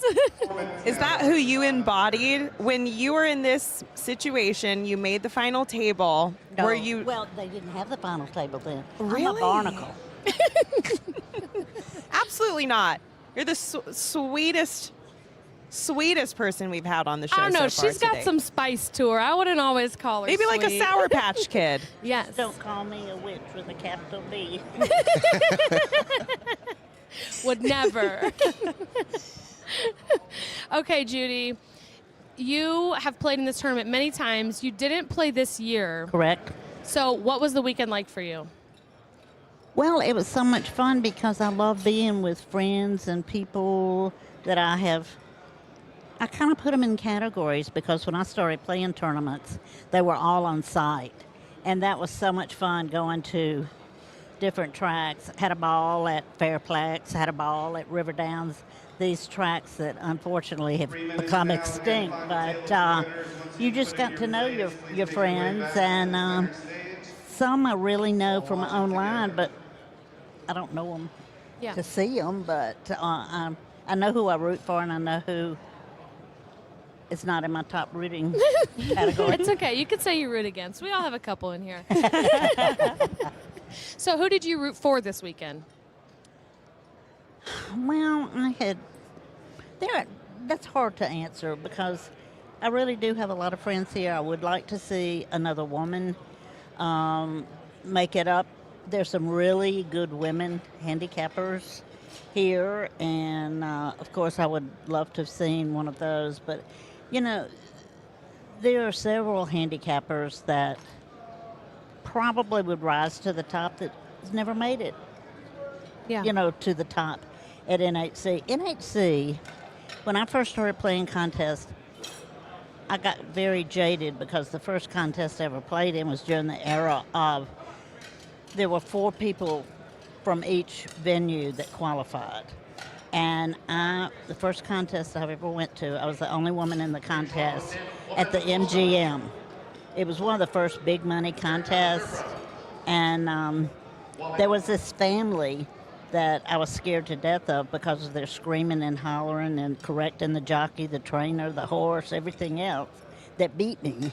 But I did qualify my first tournament. And then I came to my first NHC, and the racing god smiled on me, which, that's a big difference in 210 players as opposed to what we have now. And you've got so many good players in here that could win. So there were 210. Yes. And other than it being, a quarter of the size, what other differences are there from then to today? Well, I think the big difference, and I was highly resistant to come into a ballroom. I'm on the Players Committee, and, in discussing all of this, I thought this would be so impersonal. It really is not. It's a big room, lots of people in here, but you get to see everybody, and obviously we're far past fitting into a race book, and that's where I started out, in a race book. I'm going to also put the race on the screen because this is the first race of the final table. We are 0 minutes to post. Judy, I want you to stay with us. We'll toss to Dan here in a couple minutes when he he's ready now. Are you ready, Dan? Do you have something for us? I'm ready. Okay, we're going to toss to Dan, and then we'll get back with Judy here after this race. I'm standing by with a local guy, not too far from here, right? That's right, Sparks, Nevada. Not New York lately. Oh, yeah, we did hear Sparky. It's all right. It's all good. Well, hopefully everyone will know who you are, exactly who you are, in a couple of hours. Tommy Lenberg, you were just giving me a little bit of an overview of how you got here, the highs and lows of this past weekend. Just describe what it's been like. It's awesome, right? Day one, I was tied for second, was tied for first with myself for most of the day. So it was good fun, and then it was just taking on water yesterday, and luckily close enough to be able to make it, and threw a long shot bomb on my second entry in the last race, and 3 to 5 didn't hurt the third place. So now it's fun, right? Guaranteed rock bottom 75K. So they're making a couple of announcements right now, and they're going into the gate. You're in third. Just tell me what your feeling is and what your general approach is here. My mentor's Jim Wickman, and he would say you can only pick winners. You can't pick the price. So I'm focusing on picking winners, and I imagine whoever wins today will hit the board 7 times out of 7 in these last 7 races. We'll let you enjoy it. Good luck. All right, guys. So horses are all in the gate. Tommy is at 281. He's about $20 or 20 points behind the leader, Richard Sugimoto, and they're about to go off. We'll let you watch the players react to this race. We'll also let you know who they picked as their picks go up on the board. Who's up and after the lead for Marcelino Pedroza Jr. and Snazzy Gal. Nifty early move, crosses and clears Broadway Pearl as they make their way into the first turn. Richard Sugimoto, the leader, has the 7. Frank Polk in second also has the 7, and Tommy, who we just spoke to, has the 10. You'll see based on the reactions what everyone else has. On the outside, Leading Star clearly creeps is running second to last and wide in BJ's honor has dropped back to last. Snazzy Gal, 24.22 for the lead part and Snazzy Gal has established an early 2.5 length lead for the run to the half-mile pole from the Delta Import Broadway Pearl, who's vying for second with Run Bambi Run toward the rail.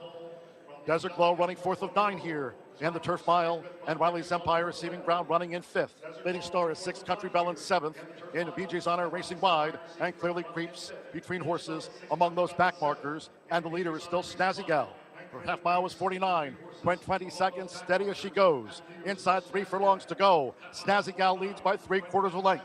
The gray is Broadway Pearl. Desert Glow trying to gain. Country Bell is coming wide with Lady Star and Run Bambi Run toward the inside as these fillies mares straighten past the quarter pole. And it's a move by Broadway Pearl, who takes on Snazzy Gal. 3/4 in 1 minute 14.90 seconds. And here's MBJ's Honor, who's coming with a charge. And Desert Glow is right there, moving up between horses. They're coming inside the final 16th. Desert Glow up the inside. MBJ's Honor, Broadway Pearl. Snazzy Gal is back in 4th with Sheriff Flubberry in BJ's Honor. MBJ's Honor won by 2.5 from Desert Glow. Broadway Pearl 3rd, and Clearly Creeps finished 4th in the NHC 2026. Wow, pretty significant development there. The one winning, Dylan Donnelly in 4th had the one, and the horse edged out the 7, who was chosen by 4 of the top 10 players, so that was big. So Dylan is going back to his table. Let's go to Dylan if we could. Just want to get a reaction from him, because that's going to be a significant move for him with the winner there. And then 4 other players here have the horse who finished second, the 7 at 9-2, so a slightly bigger price. If the 7 would have held on, that would have been massive, obviously, for the leader and Frank Polk in second. So give me a second. We're walking back over to Dylan. Dylan. All right. Not a bad start. No, that was good. That was definitely not what I thought would happen. I thought we would sit rail the whole way, and instead we were 8 wide on every turn, so it's all good. Does that give you added confidence that maybe it's, there's something in the air? Yeah, because the first 4 horses that I played last year weren't within 15 lengths of the lead at the first call, so actually this one wasn't either. But no, I'm confident. I'm ready. If they run, they run. I asked you a little while ago, where have you been? Where did you come from? Because I didn't see your name on the leaderboard for most of the day, and I saw you just steadily climbing as we got into those later races. Yeah, I had 50 after day 1, and then I got up. I put up 150 or something like that yesterday, and then just kind of slowly 3-to-1s, 5-to-1s. I did 29-to-1 that ran second. That would have been massive. But yeah, slow and steady, just like my wheels. Well, you've been here. You've been here now at the finals, back-to-back years. People talking about Dan Piazza, obviously impressive. He has a shot at winning this back-to-back years. No one's won it twice. What does it take to get back-to-back years, and what did you learn from last year that you can apply to this year? Last year, I don't know if I really learned anything. My horses, at the final table, just didn't run at all, so I'm just doing the same exact thing, and hopefully, the variance kicks in and they run this time. And what sets you guys apart that you're able to make it back here back-to-back years like this? I don't know. You don't have to be humble. Come on, I know you're not. Go ahead. It's just I cross out a lot of races that I don't want to play, and so it makes it a lot easier to pick from ones I want to play. So there's too many damn races, and you really gotta pick and choose.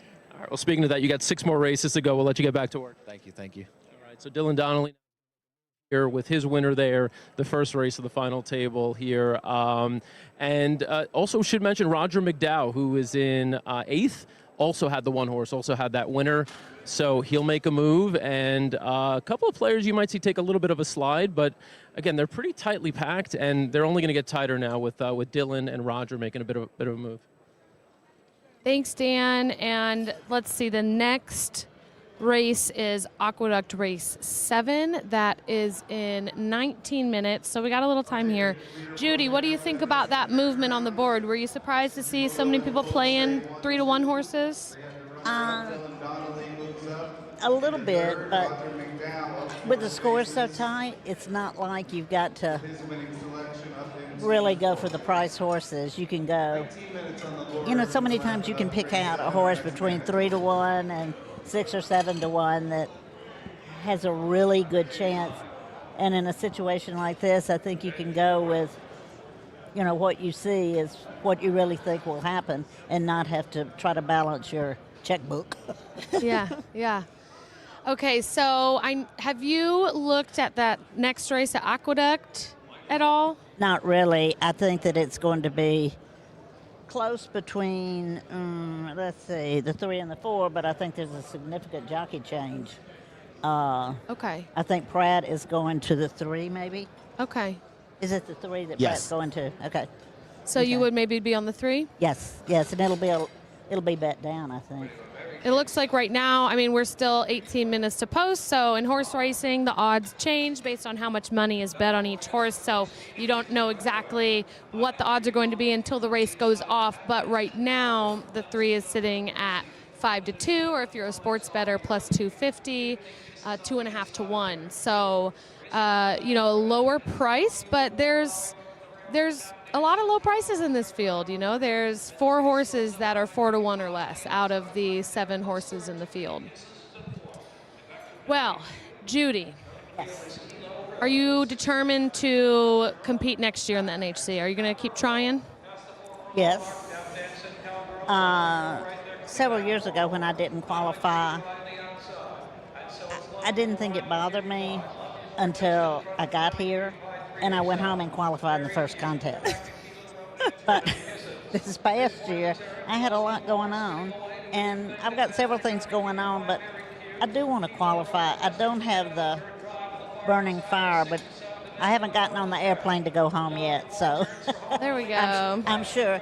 I'm like an old penny. I will not go away. The old gray mare, she's got a few races left in her. Heck yeah. And contests. I love that. Leave here, qualify in these first couple contests that you try your hand at, and get the monkey off your back. Exactly. Some people really, really wait a long time before they try and get in, and I feel like now is the time where you have all this momentum and energy, and you're seeing, you're just charged up from this event. You are charged up. You enjoy the camaraderie, and I get to see Ron at Del Mar. Enjoy spending a couple months there in the summer, and you, me, and Betsy were just hanging out up on the 5th floor there. Yes, and she's texted me twice today.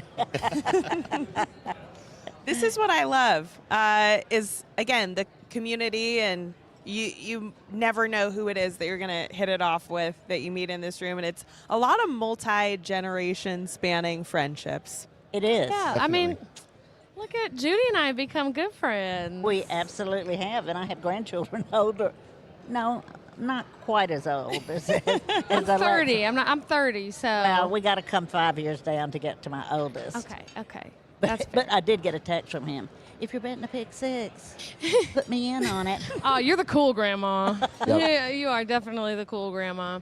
Well, no, we met a long time ago. Not a long time ago, a couple of years ago, actually, out at Del Mar. We'd been in this room together many times. Right. We really got to know each other, and that is a lovely, lovely part of this little world are all the relationships that we form. So, Judy, thank you so much for and taking hopefully some time. that Alexa and I can be in a winner's circle one day together. Hell yeah, we've got with some the horses. Chicks Clicks. Yeah, we've got an all-female ownership group with Haphazard Racing. So, hopefully we'll have our horse find its way into the winner's circle. Hope so. I know, right? Thank you All for right, having me. thank you. And Good if to you see you, see Judy. Mike Ferrozzo, tap him on the shoulder. He came by and we weren't quite ready for him yet, but if you do see him, tell him we're ready for him now. Awesome. All right, and Rachel, you've been kind of talking about how it's that Derby fever season. So there is a really great package available from the Daily Racing Form. It's the Road to the Derby package. You could get ready for the Kentucky Derby with DRF's Road to the Derby package. Get all access past performances for 10 major race days, plus exclusive advanced Derby contender PPs, clocker reports, betting strategies, and more. Just scan the QR code on your screen or visit shop.drf.com and put yourself in position to win big. So that is the Road to the Derby package. Great offering from the Daily Racing Forum, who's one of our partners on this stream. So thank you, DRF. How do you guys feel after that? I mean, this leaderboard is tight. Let's actually put it up there now that it has updated. Yeah, let's see how much things got shaken up. Shake them up. So Richard still in first place with 306. Frank Polk. It looks like Dylan moved up 1 position and Roger moved up 4 positions. So when you're talking about going from, where was he, 8th place and now in 4th place, that's $85,000 up to $150,000. So that horse just moved him up $65,000 in the prize structure. So, I mean, this is close. A not so long horse, you know, what was it? Was it 3-1? A 3-1 horse can move you up 65K. So that's essentially betting 20 grand on that horse to win without doing that. So anyway, we've got another guest on set. Mike Ferroso. Hey, Mike, how's it going? Hi. Yeah, it's going pretty good. I just had my 5th second place horse for today, but what can you say? You know, that's the way it works out. Oh man, Mike, you have been around the NHC quite a while, so long that they've inducted you into the Hall of Fame this year. What does that mean to you? It means a lot, and I was totally elated when I found out. You know, I was nominated the last 3 years. And the first year, there was guys with better credentials than me, and last year I was kind of borderline-ish, looking at what people made and wins and that kind of thing. But this year I thought, you know, I really kind of fit in here this year. So, and yeah, people voted for me. I got, everybody told me they were going to vote for me. So yeah, I was so happy. It was great. So what perks come with Hall of Fame? You get perks. Well, your buddies want you to take them out and buy dinner and. I was gonna say, is there any diamond encrusted ring for being part of the Hall of Fame, or is it just I don't immortal think so. glory? You know what? I'm just happy that I've been recognized as a really good handicapper. You know, my wife calls it my second job. She'll say, "Honey, you going to work today?" I go, "Yeah, I gotta leave pretty soon." Every Saturday morning. So yeah, after all, doing this for 20 years, playing tournaments, that is. I'm really happy I got in because it's kind of a passion of mine. I really like the cerebral challenge and the competition. So, yeah, it's been great. How was it that you first got into it? Were you a fan of horse racing before being a horse player? Yeah, I won a contest at Canterbury in 2007. And then I came out pretty much by myself. There were a couple of others from Canterbury, and I sat with them. I sat at the table next to him because they were filled up. And coincidentally, the first guy that I sat with, him and his brother, he's actually still here today playing. He's today finished in the top 10%, Charlie Witt. So that's awesome. And anyway, so that first contest, I think I went and put more win bets at the cash window than I did in the contest. So they said, you got to change this around because you just passed up, all these points and so forth. So... It was a learning process, and people were willing to help you. Right. I've heard that mentorship is a big part of the sport. With this Hall of Fame induction, have people been knocking on your door for some, help or insights, mentorship? If people got questions and they want to know about things, I tell them what I look at. We all have software programs, and now I'm into pedigree and how to analyze it, and I'm more than willing to share all the tricks that people have showed me over the years to whoever wants to listen. A lot of people go like, really, that works? I go, sometimes. Is there one specific, best tip? Anyone watching that maybe bets on horse racing but isn't too in the weeds of things? What's your best tip for them? Just start out slow and understand the racing form and what those lines mean. And then, that might take a few years. It's not really that easy. It's kind of complicated. And trying to understand how speed and, I shouldn't use the word velocity. That sounds a little analytical, but It's a thing. Tracks are designed with little curve. The horses are carrying some centrifugal force through the turns. That's why when horses turn for home, it really looks like they accelerate, because they are, and that's part of the slanted, angled track design, almost like a car race track. It's all about who's decelerating the least, and that kind of thing.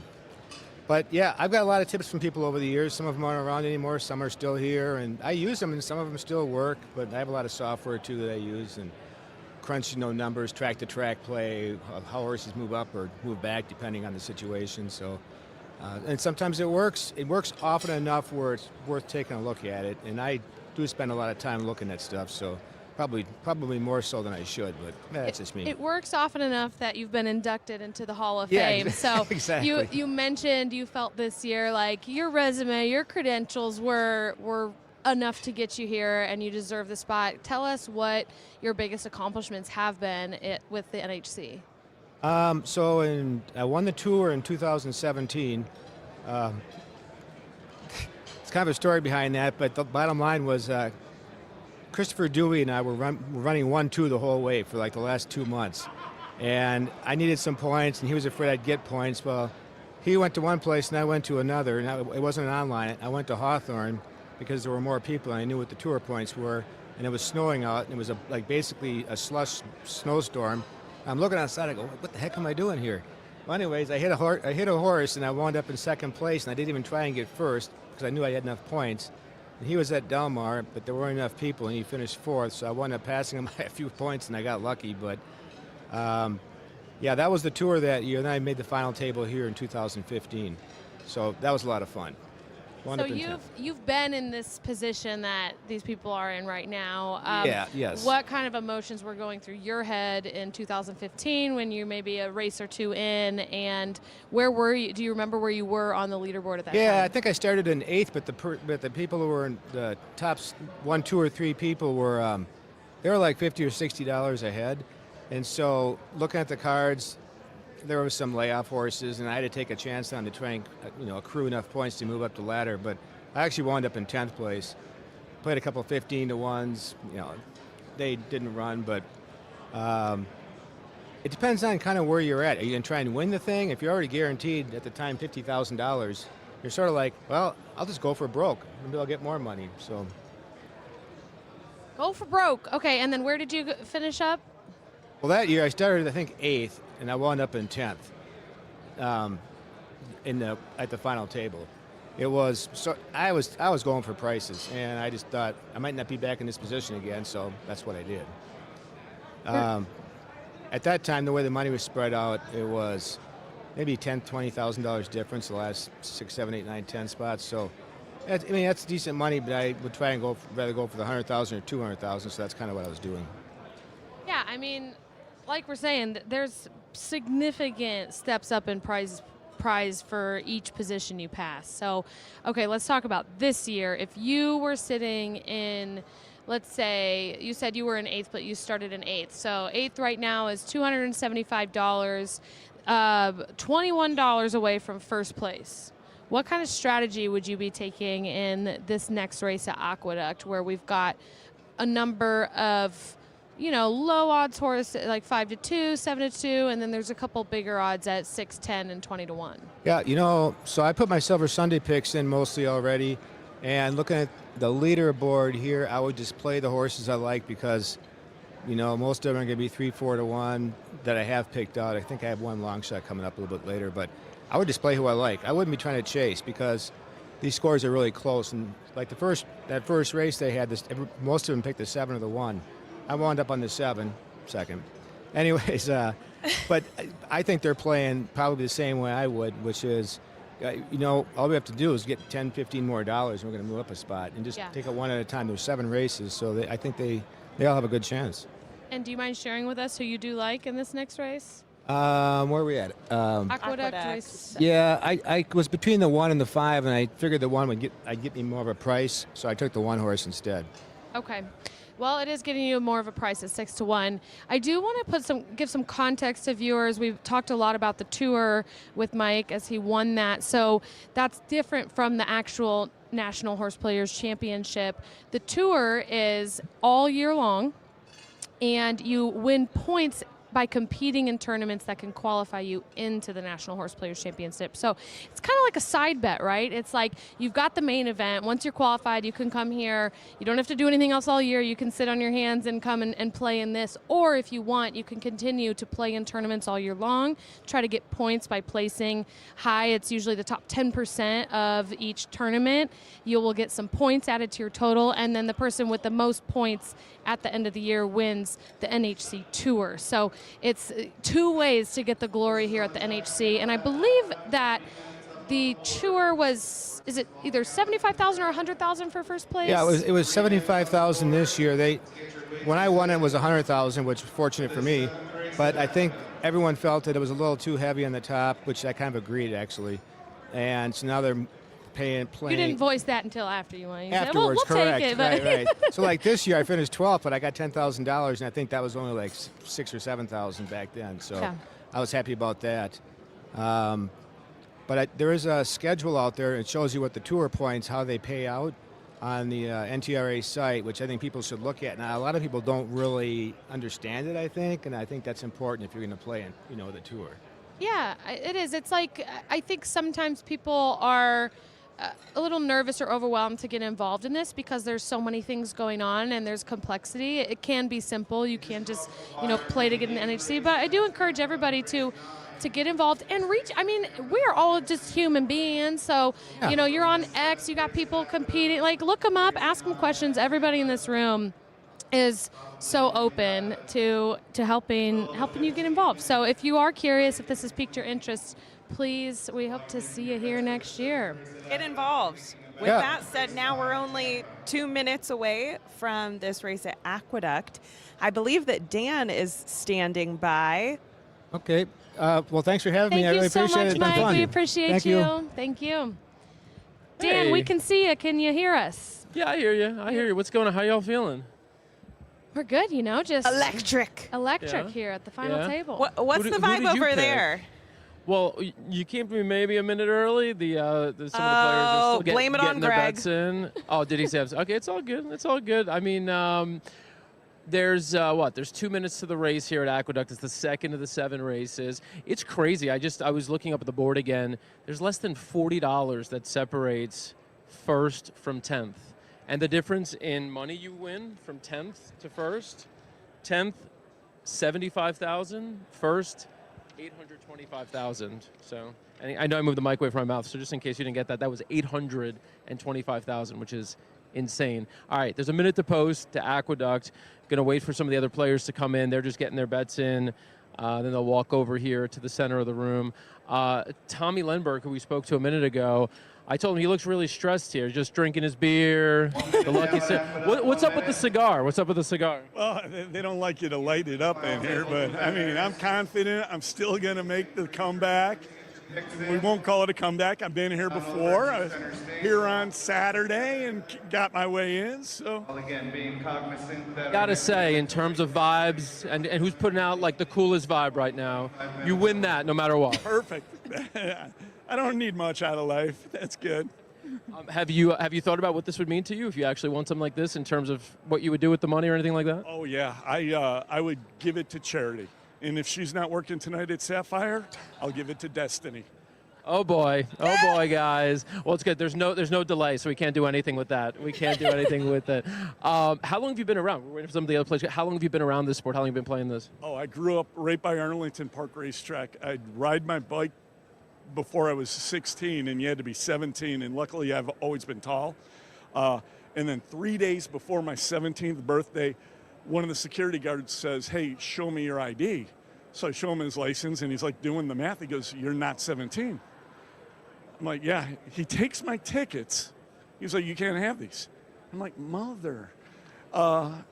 So I go home, and I had a winning ticket in there.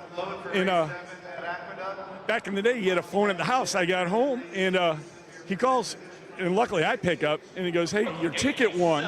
I go, "I know." And he's like, "Well, come back. We'll cash it for you and give you the money." I'm like, "All right, I'll see you tomorrow." because I don't think Mom and Dad would have liked like that. So I got into it before I was, a teenager, and Lots of stories, and hopefully you can add one now. We're going to find out if that cigar is actually lucky. Oh, it is. Don't worry. All right. Tommy Lenberg here, bringing the personality here. Dan, quick check-in with you. Pretty remarkable feat here. It's what we're talking about, that you're here for the second year in a row. I mean, what is it like? I mean, it's got to be somewhat surreal that you're back here in the same spot. Oh, absolutely surreal. Yeah, amongst all these great handicappers here, and I got a shot to do it again, but I'm here twice. I mean, coming out, I was happy if I just made the 83. So... Last year, you led pretty much throughout this. This year, a little different. You're coming from behind. How does that feel compared to last year? It's absolutely different. True, my strategy now is different because last year it was all blocking and tackling, trying to figure out what the guys behind me were going to play. And this year I get to play my picks. So I get to take some shots and some swings. Maybe I won't work, but if they do, then I'm going to be right there. We'll make for a great story. We'll see the horses are going to the gate, so we'll see what happens here. Thanks, Dan. All right, so horses are going in. It looks like 2 more to load, 2 or 3 more to load. Again, I will try to whisper into this mic once the race goes off what all the players near the top have picked, so that you can keep track as you're watching at home and try to figure out how the result might impact the leaderboard. Right now, again, Richard Sugimoto in the lead, Frank Polk in second, Dylan Donnelly in third.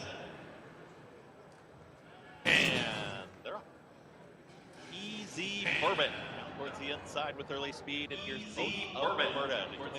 The picks have just gone up. Richard Sugimoto picked the 3. Frank Polk picked the 5. Dylan Donnelly picked the 5. So second and third both picked the same horses. They both got the 5. And Richard Sugimoto, the leader, has the 3. Past that, Roger McDowell has the 8, and Tommy, who we just spoke to, has the 4. Dan Piazza also has the 3. As we mentioned, Richard Sugimoto, the leader, has the 3 as well. Kiss Me, Hold Me, Thrill Me is taken third, is tugging here, and Eric Hansel wants to move forward. Easy Bourbon is at the rail in fourth. They're 3.5 lengths clear. Towards the back end of the field, there comes Solo Dancing, is followed to the outside by Resilient Hero and Easy Roll. Working up the back stretch, Caddy Master in half mile pole now and into the turn. Caddy Master with a stubborn foe to the outside of Oath of Omerta. Easy Bourbon is trying to rally on. Right there, Kiss Me, Hold Me, Thrill Me is in fourth. Resilient Hero is right there with Easy Roll, and Solo Dancing at the back end of the field. They're approaching a quarter mile left to go. The favorite with Oath of Omerta having to deal with this runner towards the outside, and Oath of Omerta now puts a neck in front. There's the favored Caddy Master battling on back towards the inside. Center of the racetrack, Resilient Hero. From the back, here comes Easy Roll, who starts to have a little momentum now. Caddy Master, Oath of Omerta. Easy Roll is eating up ground, grandstand side. Here's Easy Roll. Fabian Pratt trying to push on by. Easy Roll. Won it. Flav on Flav. Oath of Omerta, then Resilient Hero. Hey, follow me, Alex. Alex, we'll go over this guy.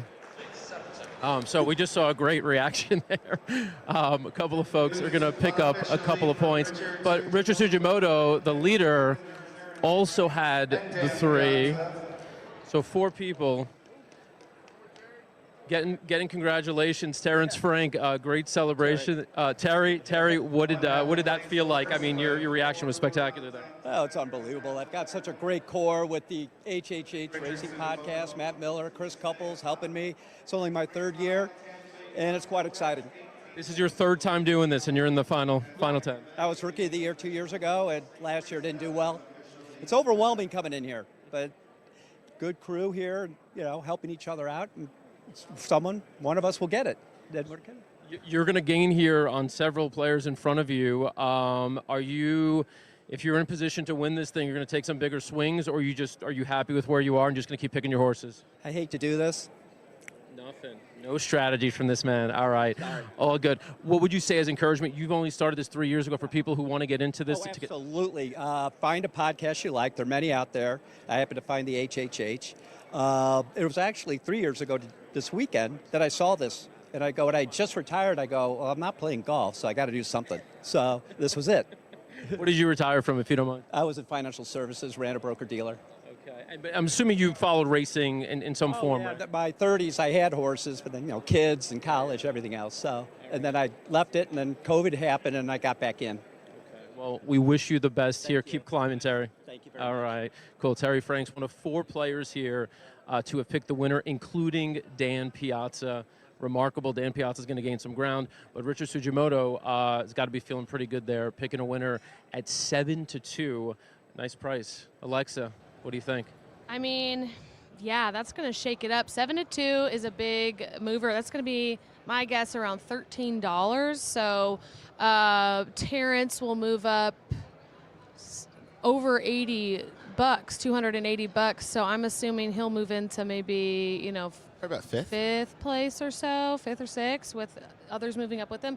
Dan Piazza, we got a great reaction from him as he was watching that race. I mean, what a freaking thrill when your horse wins with so much on the line. Easy roll. He made it look easy. He rolled over. And Judy, that was Judy's pick. That's what Flavian Pratt does. Yeah. Yeah, those rider changes, Flavian riding that, really pushing that horse home. And I do wonder, do you think that any of the jockeys that are in today know what's on the line, that there's people who stand a chance of winning or losing out on $825,000? There might be some, but I guarantee you they don't care. I guarantee you they might be aware of it, but they just want to win. And I think on the top of that list, Flavian Pratt, I think, is just going out there to get as many wins as he can. Hey, JD, can you tap Noel to come on up? We're ready for him. Come on down, Noel. Come on down, Noel. I know we're bringing on a little early. Oh, and I do want to address one of the questions in the comments that asked, why do we still call them handicappers? Is that a description of a doctor who causes your disability? No, it's not. I know in horse racing, we have a lot of terminology that's a bit outdated and can sometimes sound confusing, but originally, handicapper comes from when a horse would do really well in a race, they would get weight added to them to level the playing field, and that was called giving them a handicap. So handicapper is somebody who's trying to, figure out who to bet on the race, and that's where that comes from. Maybe we could use a terminology update, but that is where that term comes from. It is not morbid and scary. And we've been joined by Noel. What's up? Hello, what's up? How's it going? It's going. How's today been for you? This morning, we actually ended up, I walked into the elevator on my way down. Noel was in the back corner. I made my way over here. It looks like you headed over into the casino. It was a temporary detour. Happy to see you made it back. But I know how to find the way. You can't get lost. All roads point to this room eventually. Have you had any luck in the casinos this weekend? Sports betting a little bit. Okay. The first day, a little bit of horse betting. But I finally got a winner, so I think I finally had the easy roll at Aqueduct. Nice. So Nice. I'm back on track now. He's back, baby. Yeah. Hope that cut the losing streak. What was the reason you picked the number 3 easy roll? I thought the horse had an excuse for the last race, and 7-2 is not great. But I mean, if you're in terms of the tournament, but if you're betting 7-2 and $9 on a horse like that, I thought there was enough speed to set up that horse from off the pace. And you were right. Came easy rolling down the lane. Yeah, I almost gave up on the horse around the turn, but evidently Pratt knew what he was doing. He did. He looked to have 2 hands full of horse, and sure enough, he got him there. Yep. And we just got payouts for that race. It's very quite nice. an overpay, yeah. So yeah. The 3 will pay $14.86 total, and the 7, if you had it for second place, pays $6.02. So we will. It just went official. We're waiting on a leaderboard update, and then we will put that on the screen to show what changes happened in positioning. Noel,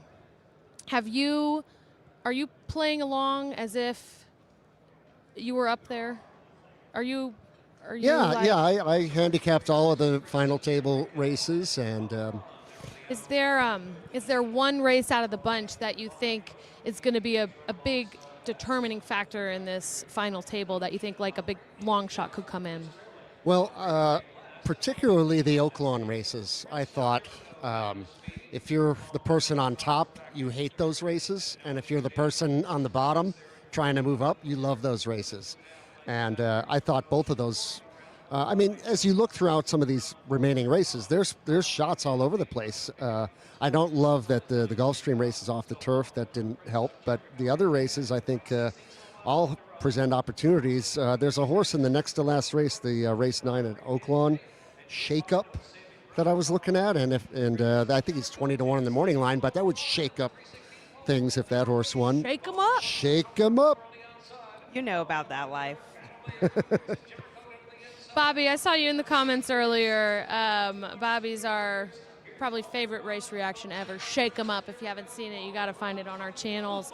But yeah, that would definitely shake it up. I mean, anything over, well, I mean, no, we just saw that we got the update, leaderboard update. We can see now exactly what happened. So it looks... Really helped Sugimoto out. Yes. He's extended the lead. That is not updated. Hold on one second. Greg, can you refresh that screen? Richard Sugimoto extended his lead. But while we wait for that visually, so Richard is in first with 320. Dan Piazza moved up to third place. He passed 4 people with 290. Now it's updated on the screen for you. Let's see, Terrence moved up to 7th. Kenneth moved up to 5th place. Quite a lot of movement there. I think it's just amazing, right?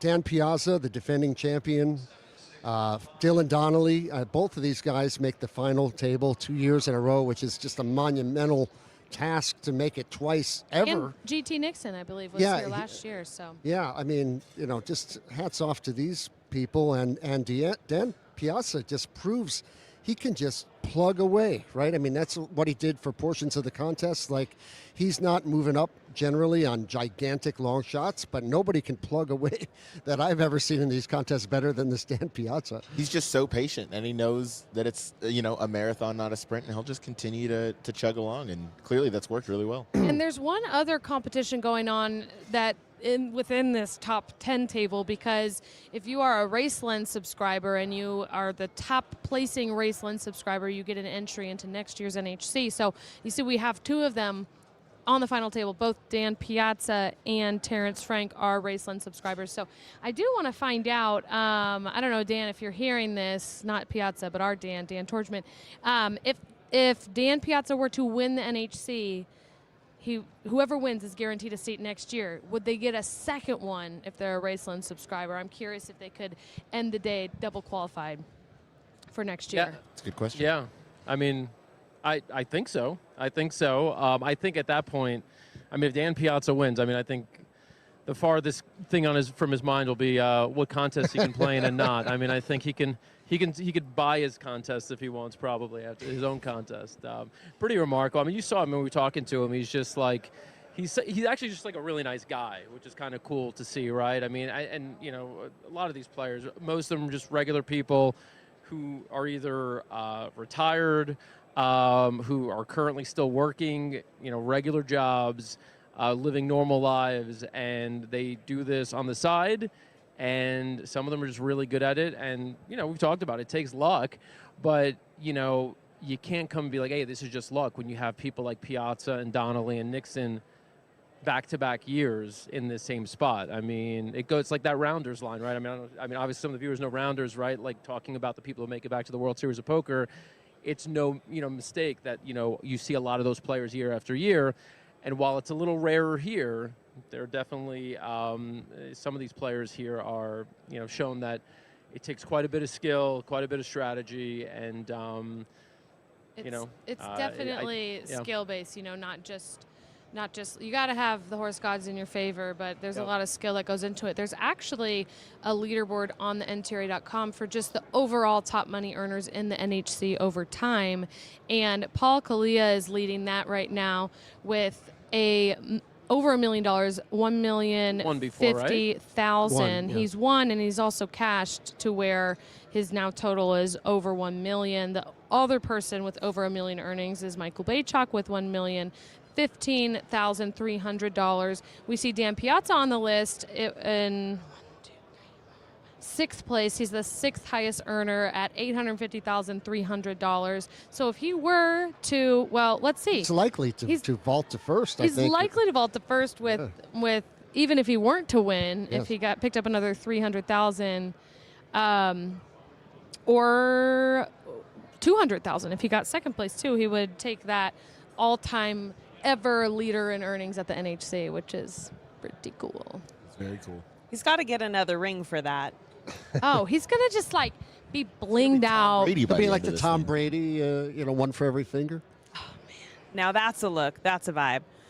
Ryan, are you overall closer to or farther away from getting your Flava Flav clock? Overall, I have just about the same place I was on Thursday. So that's good. You know, That's good it's to be it's in not the same worse. place. Yeah, it's good. Yeah, kind of. I was going to get it grilled. Does that count? There you go. That works. Ooh, okay. What would Grill, the I'll get the grill Flava Flav. be? White gold, yellow gold, diamonds? No, I'd go for the goldest gold shade possible. Okay, full coverage the of the most teeth. obnoxious. Yeah. All the teeth. All right. Yeah. Have you seen Kanye West No. lately? No. He has like this titanium grill. Have you seen this? It looks like aluminum foil in his mouth. Yeah. Yeah. Maybe it I think is. a little bit more expensive. That would have been cheaper if he did aluminum foil. Yeah, no, that's a bit bizarre. What about all of your buddies, Ryan? How are your constituents doing? God, what? I just saw Kanye's grill. Like I said, it's terrifying. It looks like it does look like pull that into the feed. Can I pull? Okay, hold on. I want to pull it. Oh wait, hold on. No, Give me it's a just sec. everything about it looks uncomfortable. While Alexa figures that out, what about the rest of your crew? Yeah, the rest of my crew's doing well. It's all about, the churn and having fun. So Jax Muniz, who hopefully is joining us in just a little bit here, I think he's had the best weekend of all of us, but he's a very sharp handicapper. Kanye West As we have the teeth, Kanye West everybody. teeth. That is the dangers of a grill and that's what- untreated. Knowles is. That's what disorders. Noel is going for. Maybe a little classier version. That, but gold. But gold.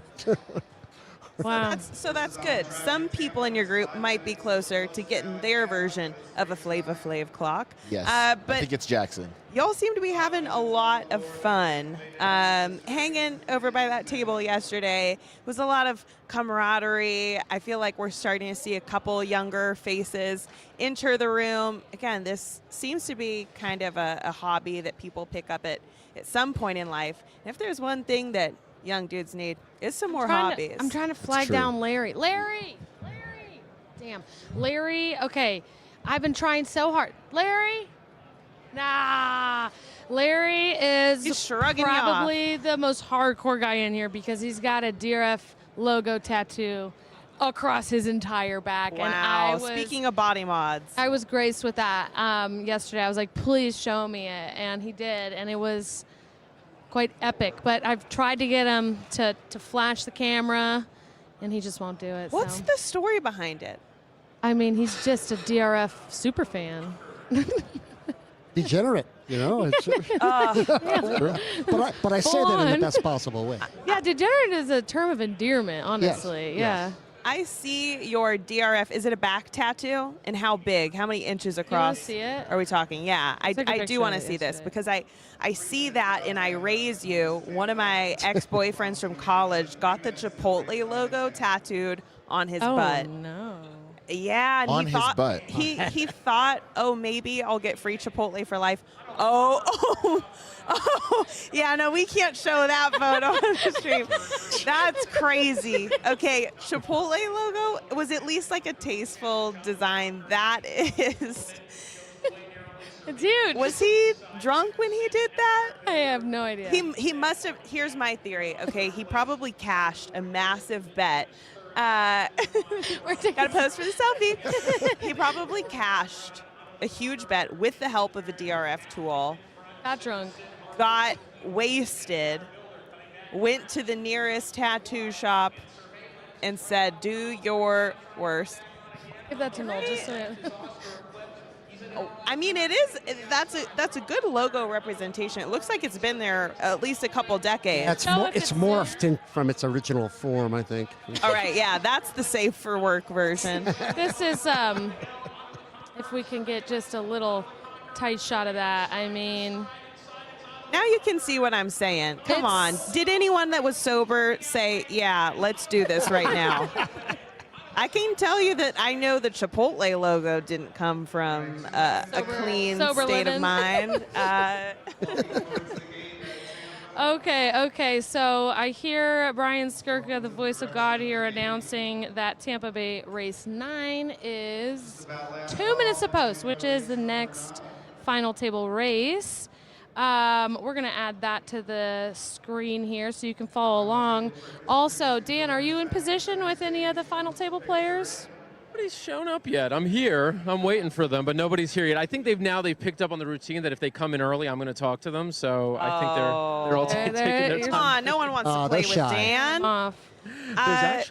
There's actually one player here. I don't know if I should name his name, but by process of elimination, you could probably figure out who it is, who has not been coming into the center circle because he doesn't want to be part of all this. He's like, I need to lock in and just be by myself, and I don't want to be in there. So he has decided to sit off to the side. Honestly, I don't blame him. Like, yes, this is your moment, but it's your moment to try to win. And so if you need to be focused and not get caught up. I mean, I've had moments where I'm sitting in the lead in a huge tournament, and at the end, like, your brain goes away. Like, the time moves quick. You're like clammy and sweating, and like you can't think. And like the odds, it's like there's so much on the line, and maybe that's just me. I'm not built for the high stakes moments. Lexi, you just described me by 11 a.m. on an average Tuesday. I don't think that I could handle it.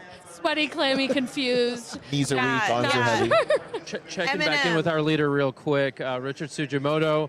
That had to feel nice, that last race. Yes, it did. It was okay. So how are you feeling now? You got a little bit of breathing room, but clearly there's still a long way to go. Yes, 4 races, and there's maybe 1 or 2 long shots in there that could win. So. Are you playing defense at all, or it's too early for all that? You're just picking your horses still? No, I picked them last night. And so I'm just kind of sticking to what I had planned. It's been working for me all weekend, so I don't see really any reason to change. Okay, well, I think that's right. It's crazy. You've got a 27-point lead, roughly $27 lead. 2nd through 10th is separated by only $18. Wow. They have all got a shot. That's what's great about this game. All right, continued success. We're going to kind of see who you got Tampa Bay now, right? Is that the next race here? Tampa Bay Race 9. The picks are already locked in. You want to tell us who you put in? I put in Style. You're going to have to tell me a number. I don't have a program. I have no clue who that is. I think it's the number 7. The number 7? I love okay. that. I think. Yeah, you're beyond calm. You don't even know. You're like, we're putting it in. They're in. It's out of your hands at this point. Right. I think it's number 7. It's just everything's just going so fast through my head, that I kind of forget things. Who are you here with? My wife. Okay. How is she dealing with this right now? She's just having trouble finding things to do during the day. It's a lot of walking wherever you go. Have you started plotting out, how it's going to be, how the money's going to be utilized, or it's too early for that talk? I don't know, not yet. She wants half. Doesn't sound like a bad deal, right? Yeah, no, that's all right. All right, Richard Sugimoto, we're going to let him go. Keep up the good work here. So he's got, as we mentioned, he's got 320.88. He's got a nice little cushion right now, but a couple of prices here, and it could get tight for him again. The players here, the ones right here lined up next to us again, Dan Piazza, who we mentioned, trying to become the first player ever to win the NHC twice, and he would be doing that in back-to-back years, which is even more remarkable. Tommy Lenberg right next to him, who we've been talking with, definitely the most comfortable, and definitely the guy who's consumed the most beers out here so far in the final table. And then next to him, Tommy Franks, who we just spoke to a little while ago, Terry Franks, excuse me, who didn't share much in terms of his strategy. He's kind of playing a little closer to the vest. Zip the lip. Yeah, he ain't taking any chances. Noel, we didn't go get ahead. Noel's pick. I wanted to get Noel's pick before Yeah, this Noel's race pick. goes off. Like, who would you play in here? Well, I thought the most likely winner was the favorite, the 2. But if I was playing this, I'd play the 5, Stone Cold Flex. Just, I think 8-1 is completely disrespecting that horse's form right now. I mean, the horse is going so good, and you know, a lot of these have a lot of ifs surrounding them, and I'll take the horse with good form, like the 5 horse. Hey, no, guys on the set, if I could just walk over to this guy real quick, Roger. This is only your second time playing in the NHC, is that right? Yeah, second time. I mean, did you have any sort of realistic hope that you would be here right now? I'm terrible at this. This isn't what I do. So, yeah, just trying to pick some winners along the way. It's a total crapshoot. I mean, just, you know, don't do anything stupid and hope, you know, the small amount of picks you have, which makes variance completely, you know, crazy. Just hope that you get a few in a row here. Is this already a win for you, or would you you still shooting for that top spot? Oh no, it's top spot or nothing. Like, it's so top heavy. So yeah, we'll look out for some prices from Roger McDowell. So the race just went off, Tampa Bay, and I will let you know who everyone picked here. Richard did indeed pick the 7. Dan Piazza, who's in 3rd, picked the 7 as well. In between them, in 2nd place, Frank Polk, he has the 5. So an opportunity for Frank Knowles Polk horse. Picking Knowles horse, 8-1. If the 5 wins, we'd have a massive shakeup, and Frank Polk would come pretty close to Richard if the 5 wins. So. Shadows. Another length and a half back to Denying, who makes some progress down at the pylons in 4th. Right to that one's outside goes Style Me Royal 5th. It's 3 more then. Back to Lace Up in that 6th position. Ever It starts to drop back, is being passed by Cool Rags at the back. So a half mile left to go in the finale. It's been all passioned, and Samuel Marin through an opening half at a pretty strong 46.65 seconds. Passion leads him to the 3/8 pole length in front. Stone Cold Flex spies a gap down at the inside, and here's Stone Cold Flex trying to run through down along the inside. Passion still holding on to that lead by about a length. Stone Cold Flex 2nd. 2 more back to Anchises. Style Me Royal trying to get going from 4th. Then comes Denying, and Lace Up trying to rally on as well. Passion was able to repel that first challenge from Stone Cold Flex, who now switches to the outside. Top of the stretch. Passion into the lane by 2 to Stone Cold Flex, who's trying to wear down this leader and is getting closer now. Here comes Stone Cold Flex on the outside. Passion gonna have to kick back. 2.5 more to Style Me Royal and Anchises at the 16th pole. Stone Cold Flex. Passion not going down without a fight. Stone Cold Flex. Passion. Stone Cold Flex and Passion. Photo finish. I thought it was Stone Cold Flex who got it. Passion was right there. Then came Style Me Royal and Anchises for. Wow, 8-1. Gonna shake some things up. 3 people on the leaderboard with that horse. Tammy had it. Tammy, let's go, Tammy. Oh and my Noel God. had it too. And Noel had Shake it. them up. Shake him up. Shake him up.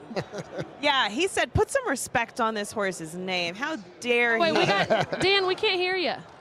Oh, I'm not saying anything. I was just listening to you guys. I was enjoying you reacting so much. I wasn't saying anything. I was trying to find Frank Polk. To be honest, I've lost track of him. We'll have to. Let me see if I got his table number here. Maybe we could track him down. But 3 people actually had the 5. Tammy. Find Tammy. Tommy. We haven't heard from her today. Yeah, let's go find Tammy. We'll go up to. She's we'll find over. Tammy. Yeah, she's sitting right behind the set. Right behind the set. Okay. Yeah, she'll be easy enough to find.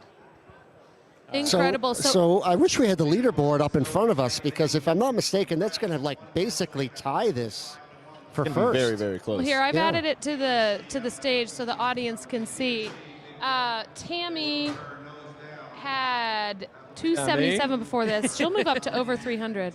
Nice pick But what there. about 1 and 2? Thank you. Oh, Dan's there. Do you guys have me? You guys have us here? Gotcha. So Tammy, one of 3 players to pick Stone Cold Flex at 8-1. This is pretty significant. That's a pretty big pick.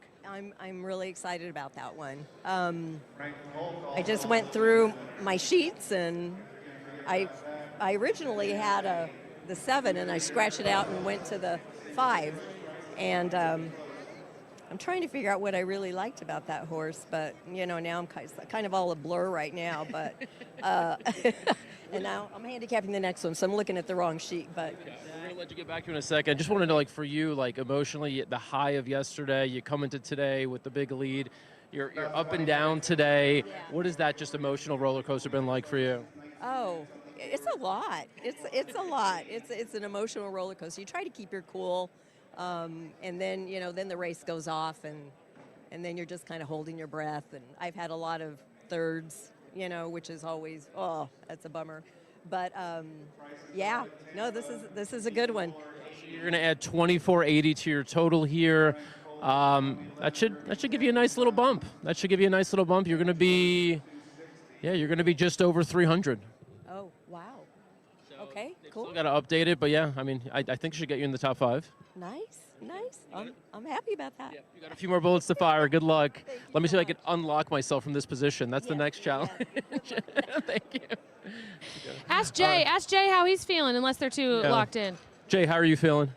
I'm feeling great. She's doing all the work. I'm just in here cheering her on. I told her, put your Taylor Swift back in your ears and handicap the next race. I'll let you know if you win. Just keep at it, right? And she did. It worked again. It's worked like 3 times. Oh, wait. She's got the Taylor Swift on.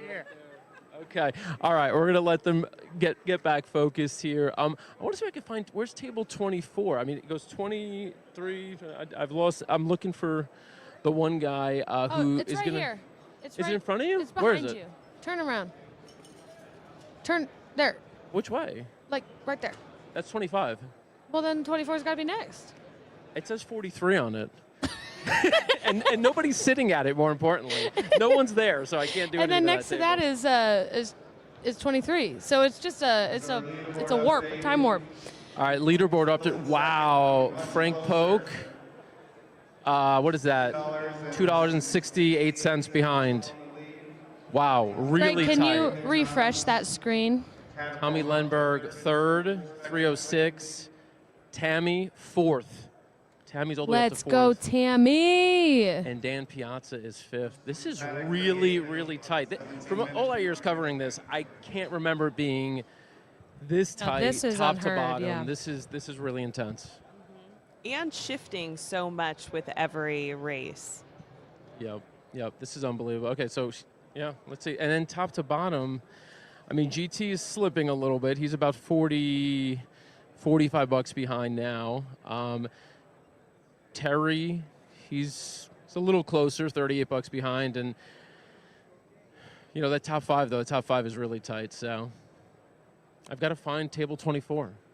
Anyone to help me find table 24? Well, you do that. We've got a new guest on set. You holler if you find it, and we'll come back to you. I will. But in the meantime, we've got a familiar face who's been on set every day, actually, of this broadcast. We've got Joel Funk from MorningLine.io. Hey, Joel. Hey, good to see you guys again. Thanks for having me up here. Yes. Ooh, I like the shirt. Is that a Morning Line Yeah, these are our silks, yeah. Oh, that's nice. Is that a little coral sleeve? Coral sleeve, yeah. It'll be a coral hat, too. Oh, I like that. So you'll know when they're coming down the stretch. Who was in charge of the design process? Actually, we had a whole team put together the branding guidelines. So, Pick out the colors. So there's Yeah.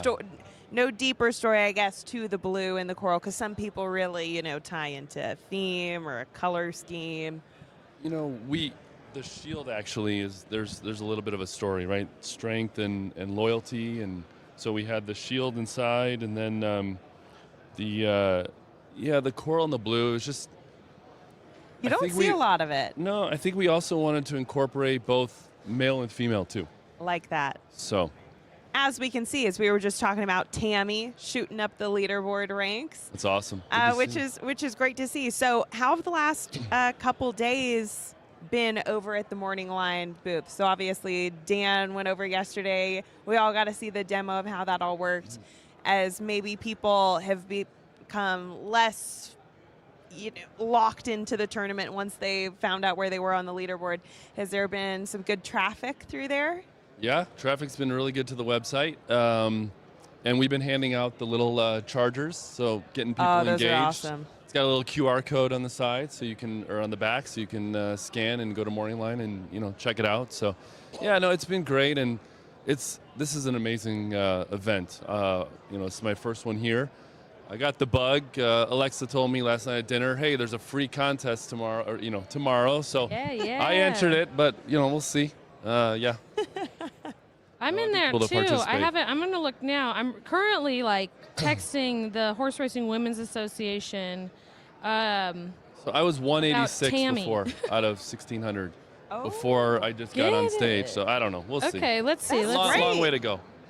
There's a lot. Well, not really though, because this is only the final table races. Typically, these free tournaments have 12 to 15 races in them, but this one is just the 7. So it's quite a short field to win 5 NHC seats. You can only play in it if you're not qualified in the NHC this year. So we've taken out a lot of the heavy hitters, a lot of the the guys who, as we've seen, come back and crush it. And oh no. I'm not doing that as good as you, Joel. But no, it was interesting too because the first 3 or 4 races happened within minutes apart from each other. Yeah. So all of a sudden I was like, oh, I want to watch the race, and then all of a sudden I'm like, wait, what are the results? So it happened quick. really quick, and I was like, oh, I thought there would be 20 minutes between each race. Oh, I guess I'm wrong. It's not the final table races, but it is only 7. Yeah, and it is it's 7. only open to players that did not qualify to the 2026 NHC. So we'll get some That's me. fresh blood in here next year. We're looking at fresh blood right here. Let's do it. Unfortunately, yeah. Okay, so we've had you on a couple of times this week. I think viewers, you can see the logo in the top corner of the show. It's been there the whole time, morningline.io. But if anybody is just tuning in for the final table where they haven't really, seen the show all week, can you give a little, minute pitch of what morningline.io is? Robinhood for horse racing, right? So you can buy shares of race horses. These are real horse races, horses racing right now, today. Some in training, some on the track. But these are, make no mistake about it. These are real, nothing mythical about this. This is not, fantasy horses. These are real horses racing, real dividends, real prize money. That's the difference too, right? So all these bettors behind me, right, they are interested in the odds on the board, right? With Morning Line, the odds don't matter. You get to participate in the purse. So that horse is, that race is going off for $1 million. You're in for the million, right? So that's a big difference. The idea here is try to understand, the betting mentality. It's more of a one and done type situation, where Morning Line is you're investing in the career. You're in it for the long haul. So stop thinking about the betting mentality of it, but more the portfolio style of thinking and how do I manage that? So, yeah. It's such a cool new experience that people who are interested in horse racing, maybe looking for something to try out, test the waters, can do, but also for those that are really deep into the game and love it and maybe play in these tournaments, it's a great thing to translate over and add to your portfolio of activities you can have in racing. You can hedge your bet, right? So you can still put a bet down, but go and get a piece of Morning Line too, because on Morning Line, if the horse finishes second or third, you didn't lose. You got a dividend. Yes. And it doesn't mean that horse can't come back and win next time out in a better position, right? So, hey, Joel, I've actually pulled the platform up on the screen, and so, our viewers can see it here. Oh, cool. I'm on Taken by the Win's page.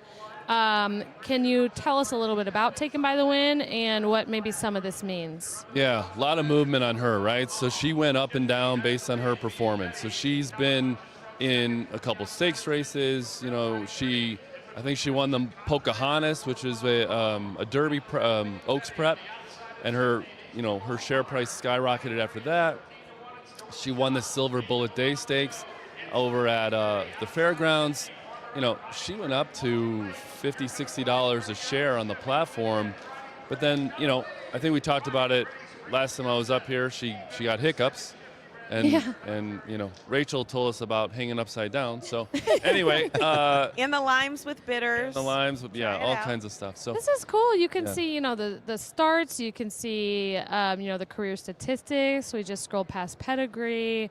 You get to see a picture of the actual speed figures. Yeah. So, no, this is really cool. This is a lot of information. And did you say that you're really treated as an owner where you will get like workout reports and workout videos and stuff like that? Yeah, if you go down further, you'll see the news workout and reports. updates. Look at this. Yes. Oh, this is cool because that's such a part of the joy of being an owner is not just race day, but seeing them develop and, even if they have setbacks or this and that, like, being a part of it the whole time is. I don't think people realize, so I know when you're handicapping, you're looking at the workout reports, right? I don't think people realize, unless you're actually an owner, what that means, right? And actually how nerve-wracking it is for an owner when the horse is breezing that day. Because you want to make sure not only did it breeze well, but it came out of the breeze healthy. Right. Right? And so you want to have consistent workouts, so you're like leading up to the next race. And Saturdays are a little nerve-wracking for me. They didn't used to be, because I get all the workout reports. I'm like, oh my God, is the horse okay? Is the horse okay? It's so much fun, and we're adding an element of gamification too, right? So you're gonna get to be on the track. It's not just watching it from your computer or watching it, watch the race from home or whatever. We're gonna get you to the track. So the more you spend, the more you participate on Morning Line, we're going to come out with, it's called M-Line Coin, and essentially like it's a frequent flyer mile program where, the more you participate, you're going to earn, these rewards. And as you earn the rewards, you're going to be able to go to the track and get experiences and box seats for the Derby and things like that, Highly sought after and very, very expensive experiences. Absolutely. Big perk. Lots of perks. It's a really cool thing to be a part of. And I know we've seen a lot of similar things in the past, I feel like, in racing come and go with initiatives like this. But I think this is one that I'm the most excited about, honestly, because, I know you guys, it's structured really well. It seems like everything is really thought through, and you have really quality horses on the platform. So I think if anybody is interested, check out morningline.io. Hopefully you buy a horse and it does what Taken by the Wind has done, and it skyrockets in the price and you make real money. You get the experience of ownership in a new way. And any owners out there who are listening, right? Contact us. You can list your horse on our platform, take some money off the table. Owners, I'm telling you, will be able to get more money for their horses off this platform than they would in the real world. Taken by the Wind was trading at a $3 million valuation at one point. So the owners were able to take money off the table for her, right, at a $3 million valuation. I'm sorry, you're not going to get that for her in the real world right now. So, we have this element of fandom that drives prices. The fans love being a part of something, and that's what we've opened the door for. Yeah, there's other great opportunities out there too. We do offer a unique experience. One of the great opportunities I want to showcase is that, again, these are quality horses, and one of the Morning Line horses was just in Saudi Arabia for the Saudi Cup. So I want to make sure we have enough time Oaklawn 8, right, is the next? Yes, 5 minutes. Okay, 5 minutes. I do think we have enough time to show this. I'd love for you all to see the experience with Very Connected, horse on the Morning Line platform in Saudi Arabia for the Saudi Derby.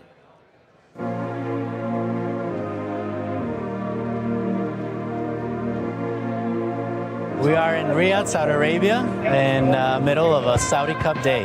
Hello, my name is Francisco Serrano, and I'm an assistant trainer to Kenemy Peak. We came here last year, and I had the opportunity to come to the Middle East for the first time. But this year, we're bringing a Kentucky Derby prospect, Very Connected, and we're very excited. He adapted pretty quickly, and I got acclimated to the weather, to the different time change. Even for them, I think it's a little different, but he traveled well since leaving Fairgrounds to Miami and Miami to Riyadh. I think he checked off all the boxes. Very Connected's favorite new thing is to roll in the red sand. He's loved that. He's training super. Really, I think we're seeing a horse that's maturing at the right time, and he's definitely shown that he's more focused. Morning Line offers a lot of great horses that we have currently. You could build a portfolio, and the horses are basically stocks. It's a great way for people to get involved. I'm now a racehorse owner. I'm Very Connected. I just went to morningline.io and bought a share of them. Perfect. Very fast, man. I just rolled one. You rolled two. Shukran.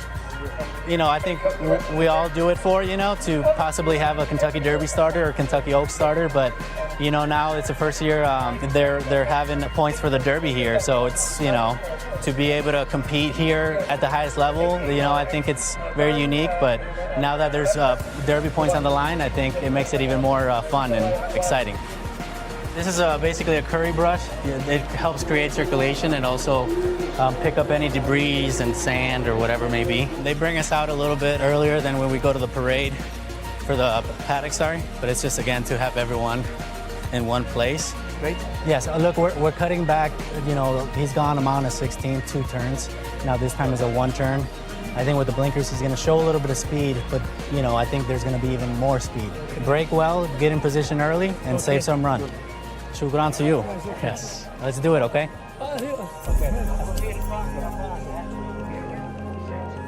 Let's do it.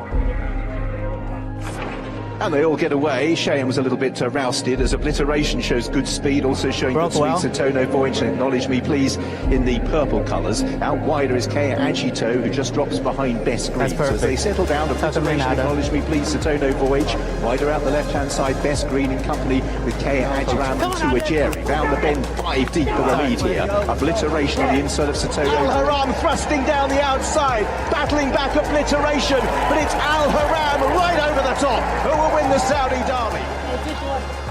Well, he had a clean break, and he was able to tuck him in early and looked like he was in a good spot. There was quite a bit of speed in front of him, but I thought he was going to give him a little bit better response. He ended up taking him outside, and it looked like he was coming, but he just kind of stayed grinding. Good horses from all over the world come here and compete, so anytime you got a spot here, just to be able to bring him here to the races, it's exciting. We'll talk to Adel, see what he thinks, and we'll go from there.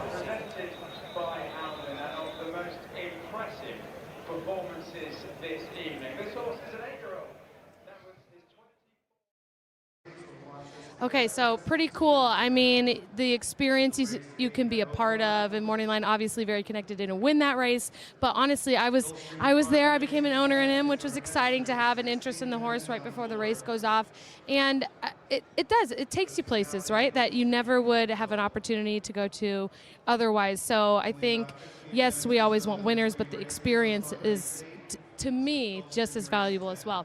But hey, the set has changed. We're 1 minute away from the next mandatory race in the final table, and we've got Rich Nilsson aboard. How's it going, Rich? Yeah, good. I had a good weekend. Tell us about it.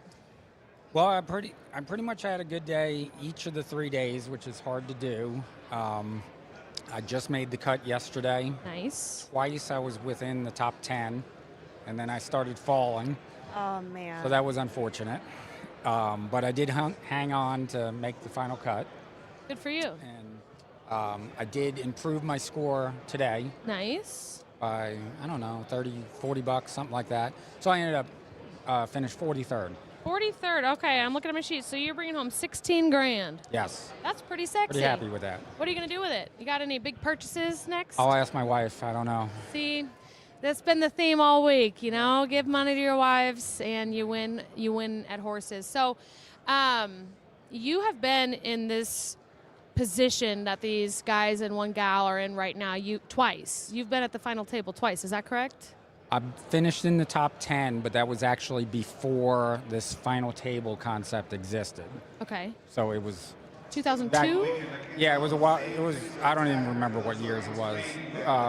But I've got 2002 and 2011, but those could be. Yeah, that sounds about right. Yeah, that sounds about right. What is but it was a free space for all, and time, really? so I'm sorry. What is space and time, really? Right, he was there. He was. So there was not. Oh, we've got Ellis Starr chiming in. Rich is awesome. Yes, Rich is awesome. We love my buddy Ellis.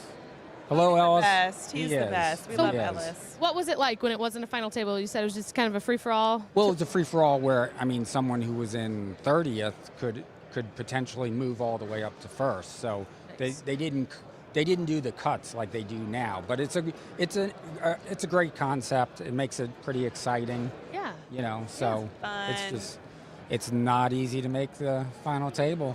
No, it's not. Our friend Dylan Donnelly has done it 2 years in a row now, which is phenomenal.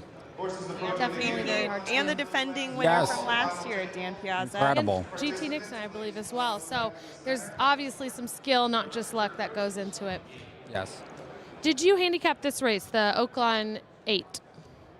Well, I don't know how well I handicapped it, but at this point in I'm making plays for the consolation tournament, which I also got to play in, but didn't do well in. So I'm taking a stab with the 2-horse. Okay. Trying to catch up. 22 to 1. Yeah, it's the longest shot on the board. We've got Stanley chiming in saying, congrats, Rich. We've got a question from our viewers. What does the RL mean? That means they're a Raceland subscriber, and the top placing person with a Raceland subscription gets an entry to next year's NHC. All right, it looks like they're getting loaded. And you said you have the 2? I have the 2. All right, they're getting loaded. We've got in the bottom left, all the players are lining up to watch their picks, and Dan is going to tell us who they've chosen. Yeah, they're about to post them here in a second. Early on with Rock in the Lane. Queen Mallard going to take back here. Miss Carroll County with the lead from Rock in the Lane, who runs in the second spot. They're not up yet. Oh, now they're up. All right, Richard Sugimoto, your leader, the only person here with the favorite, the 1. So he went with your 3-2 favorite, the 1. Frank Polk in second has the 6, who's currently in second at 14 to 1. That would be a game changer. Tommy Lenberg in third has the 3. 1-6-3, and then behind them a couple of 10s. 1-6-3-10 are the big numbers here. Off the lead with 5/16 to go, trying to produce a bit in the 3 path. Another 3 to Double Daddy issues the gray under pressure. Woodruff is tailed off as they hit the top of the lane. Miss Carroll County. This 6 would make a massive leaderboard change. Queen Mallard up into third, gaining some ground on the 4 outside. 1 furlong to go. Miss Carroll County still in front. Queen Mallard, Tammy's Miss got the Macy 10. coming Let's with a go, charge Tammy. in the 3 path here, approaching the 16th pole. Let's go, Miss Tammy. Macy dropping up and down, grabs the lead, coming to the finish, and Miss Macy will win. Miss Macy and Danilo Grisales Rabe in time. Miss Carroll County second, Queen Mallard third. 3 wins, the 1 gets second. Looks like Tommy had the 3. Well, I don't think anybody could have guessed it based on your reaction. Alex, Tommy Lenberg, you had the 3 apparently at 4 to 1. Tree, I have the tree. All right, so let's do some math. You want to do some quick math? You are $14 behind. I finally found a victory beer to go with the victory cigar, so math no more. Tommy a dummy, but Tommy can still pick winners. How did you land on that horse? What made you go with the 3? The thoragraph numbers just stood out, and my buddy Bruno DiGiulio Clocker, he seconded that. So, and it's, if you're a math guy, which I am not now, but last night when I was handicapping, and I did start with the final table, the last 7, and worked my way backward and realized, okay, now I have to get to the final table. So I didn't. When I woke up this morning, I already had handicapped the final table. I needed to figure out how to get here. Here you are, and just doing some quick math in my mind. I think you're going to clear 320 here. The only thing is, Richard, the leader, he actually had the 1. He's going to get a couple of place dollars. Really, he's obviously a great handicapper. You don't lead after 3 days by not being a great handicapper. I get it. Well, it's going to be you guys 1-2 right now after this race. It's all about cash and tickets.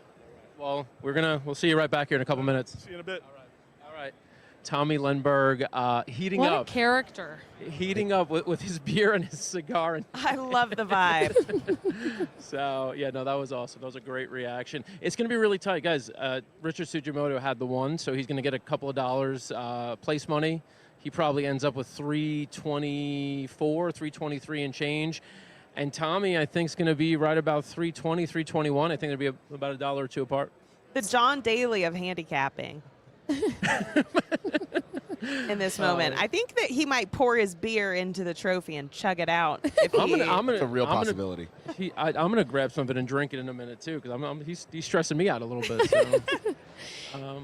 And then there's like only 10 minutes till the they next just put it 9 up. minutes to the next Okay, race. wait. So he's gonna add $15 for that horse. A little less than $15 gets him to $321.34. Sugimoto's gonna have $320. Greg, can you refresh literally, that? they're going to be less than $2 apart at the top. But Richard should hold his lead by about a little less than $2. Okay, we're refreshing the leaderboard. I don't know if it's updated quite yet.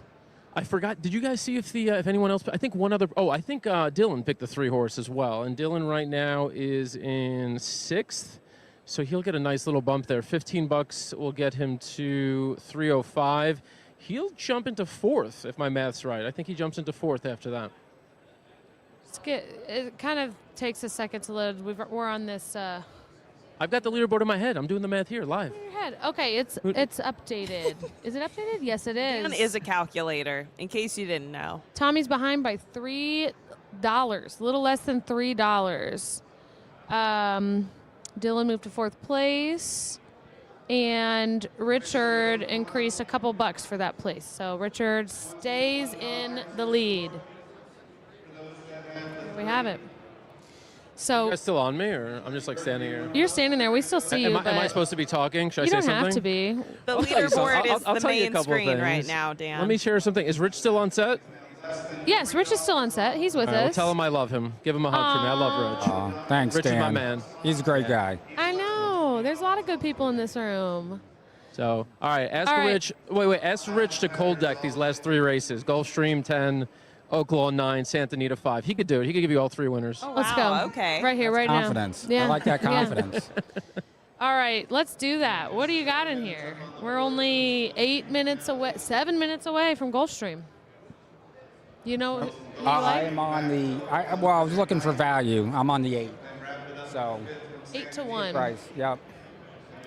What if you were, let's say, GT Nixon in 10th place, 275? You're now close to $50 away from the lead. What are you playing in here? Well, there's still there's 3 plays left now. There are 3 races left. Yes. I mean, The Silver Sunday contest, again, the full Silver Sunday leaderboard is on NTRA.com with 3 races to go. Well, he doesn't have to stab Right. necessarily. I mean, if he can find a nice winner in the 7, 8 to 1 range, that's going to move him up. So you're 8. Move him. Yeah. You know. Yeah, 8 So- would pay like $27 maybe. But at 26, least 27? if he can hit that, then that's going to move him in position to play another Yeah. potential 7, 8 to 1 shot instead of just stabbing at 20 to 1 shots from here on out. You know. Let's yeah. say you're Tammy and you're in 5th place and you're only $22 away. Are you picking and you love a 2 to 1? Do you play it? Do you? I'd say the only reason you wouldn't play it is if it's not going to move you up in any position. If it's going to move her up 1 or 2 spots, then you should definitely play it.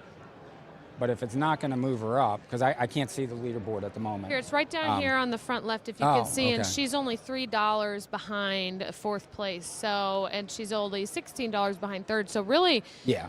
you know, anything can. Pretty much anything can get her into the next position, and Exactly. 5th place is $125,000. 4th place is $150,000. So another $25K. It's But then significant. you also you got to start calculating soon what's going to get me the win, right? Because like the last race today, before the final cut to the final table, I had 1 play left. I was $45 out of getting into the table. Wow. And I loved a horse that was 8 to 1. Well, that wasn't going to get me to the final table. So I ended up switching to a horse that was a capper. The horse ended up being like 49 to 1, believe it or not, and looked like it might win it in the middle of the stretch. Ended up running 3rd. So That'll get you going. Are you a big cheer? Root your horse home? Not as much as some people. Not but as I much do as cheer. Tommy I over in absolutely the. do cheer. Yeah, you're not chugging your beer out of your My hat. friend Steve-O, who sits next to me, he can be pretty animated. nutty. He's definitely animated.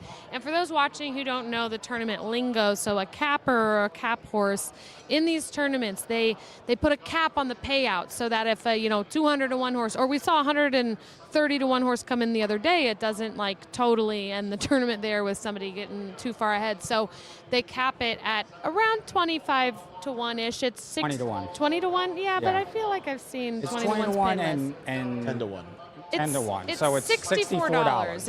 It's $44 to win and $22 to place. So, that's two in these tournaments. There's some strategy to playing a really long shot that you might not think can win, but could get second, and you could pick up like $22, which is much better than a favorite getting first and giving you 10. Yep. Yeah, exactly. So Ryan's been kind of quiet today because he's been on double duty. I see his laptop screen over here, and it is just straight DRF pages, handicapping, he's placing bets. So for anyone who maybe is not playing in the tournament, obviously we love the insights of, okay, how some of these players might strategically approach their choices with regards to the leaderboard. Anyone that's looking to throw around some change at home, you got any good picks for them? Obviously, this next race we'll be showing is this Gulfstream Race 10. Going off in 3 minutes here. Yeah, of course. I mean, these final table races are all so competitive, and that's kind of what makes them the most fun to handicap, at least for me. So looking at the last race at Gulfstream today, I kept coming back to the rail horse in Corte Fuego. First off the claim for Kevin Attard. He's typically a guy who trains up at Woodbine, but he did send a small string down here, and obviously he's participating in the claiming game. Pietro Moran, who I believe won Apprentice Jockey at the Eclipse Award, has been obviously fantastic as he won many races up at Woodbine, and he's aboard here first off the claim. And there's a lot of runners in here that like to be forward. This is a horse that comes from well off the pace, and I think that's probably going to favor him today because he's the best closer in a race full of kind of those plodding types. And he's worth a shot right now at about 3-1. I don't know how much shorter I'd like to go on that, but 3-1 is a fair enough price for me. And this is the one horse. Yes, the one horse. So currently the favorite. However, that's not a bad price for a favorite, right? That's not terrible, especially if you're playing in the NHC and that's with 3 races left. That's definitely a horse that'll move you up. What about almost 12 $9? bucks. $12. That was my 8-horse look. You give it any shot? I love Edgar Zayas, and that's who's aboard the 8, so I would never count him out in any sort of race. He's a fantastic rider, and he's one that, you get I would say a rider upgrade from Jorge Ruiz to Edgar Zayas, especially over this Tapeta course. So that's one at 8-1 right now that I'd certainly look into. We've got Ellis Starr tuning in the comments saying he really likes the number 3, Walter Milad. Okay. Ellis is a good handicapper. He is a great handicapper. Ellis, how did you end up doing yesterday in the charity tournament? I remember you commented that you were in the lead at one point. We never checked in, so drop a comment to see how that ended up yesterday. And Ellis, I want to know how many times Jude Feld has won that charity tournament, because I noticed Jude won it. I heard about that, and I'm pretty sure Jude has won that thing multiple times. The last update from Ellis was that he was in second, I believe. So this one's going on right now? Yesterday. It's still going on. It was yesterday. Yeah, I thought it ended. Yeah, I think it did. Yeah, it ended. Yes. Yeah. I don't know where I am or what's happening. We're cheating.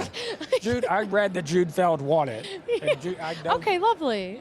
Yeah, well, that's But Ellis great. might have been right up there. Ellis, we want to know where you ended up. So, And some changing of favorites now. Shifted over to the 7, taking a bit more money. So an even better price on this one that Ryan likes. So, hey, if you want to get involved at home, there's your picks. And it doesn't sound like you're going to count out the 8. Yeah, never. I love 8, Edgar Zayas. 3, and 1. 8-3-1. 138 box. Maybe that's the. Oh yeah, Ellis Maybe finished that's the play. second by $3.60. Oh, good job, great Ellis. showing, Ellis. Incredible. Good job. Stellar handicapper, even better person. Okay, we're 0 minutes to post here at Gulfstream. We're gonna add the feed so everybody can see the race. And then Dan, are the players gathering yet? Here. Nobody's here. Nobody's here though because the horses were a little late getting onto the track because of the. I would assume there's probably some lightning. There's definitely some weather out there. Track looks really looks a little really sloppy. wet. It's a good thing they're on the Tapeta. Yeah. I wonder, okay, so from the player's perspective, obviously betting on a race, weather, track conditions play a part of it. Would that change your strategy, though, if you're a final table, or do you just go straight off of if the choices you made last night before weather was part of the equation? Well, you would definitely have to adjust based on the weather. But if it's on the all-weather Tapeta surface, then you wouldn't change it because it's not really going to change that track much. That's great insight. Dirt or turf, of course, you have to adjust.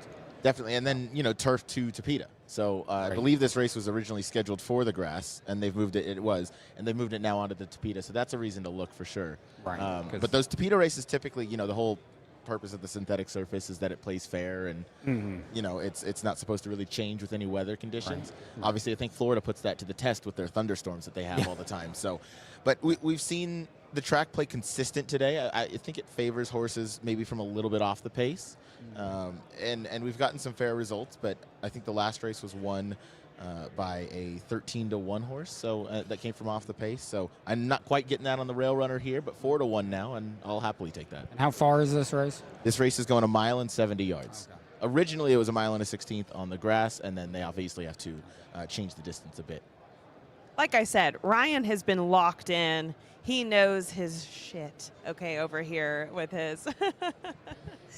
He does. He's handicapping, locked and ready to go. So because of this little delay here, which I mean, Gulfstream is always a little behind schedule, but it's going to mean that second to last race sneaks up pretty quickly on these players. I mean, they might only have 10 minutes or so between races. The next one is Oaklawn race 9. So as the pressure mounts and adds, the time gets thinner, and you have to really, you know, be focused and hopefully chill, or drinking and having lucky cigars, I guess, are the, you know, the other options. What side of the spectrum are you?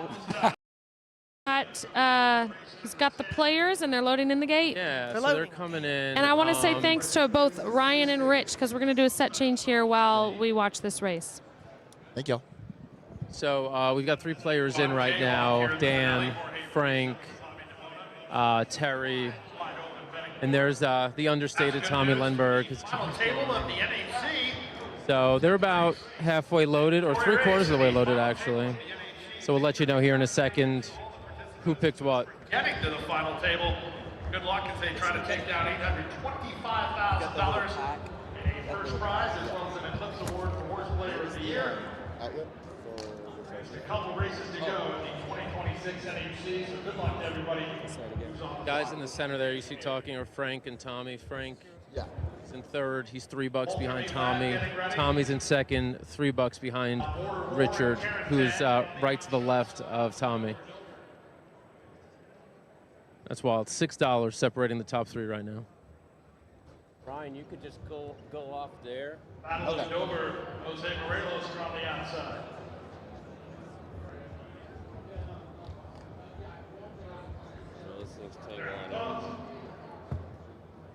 They're up.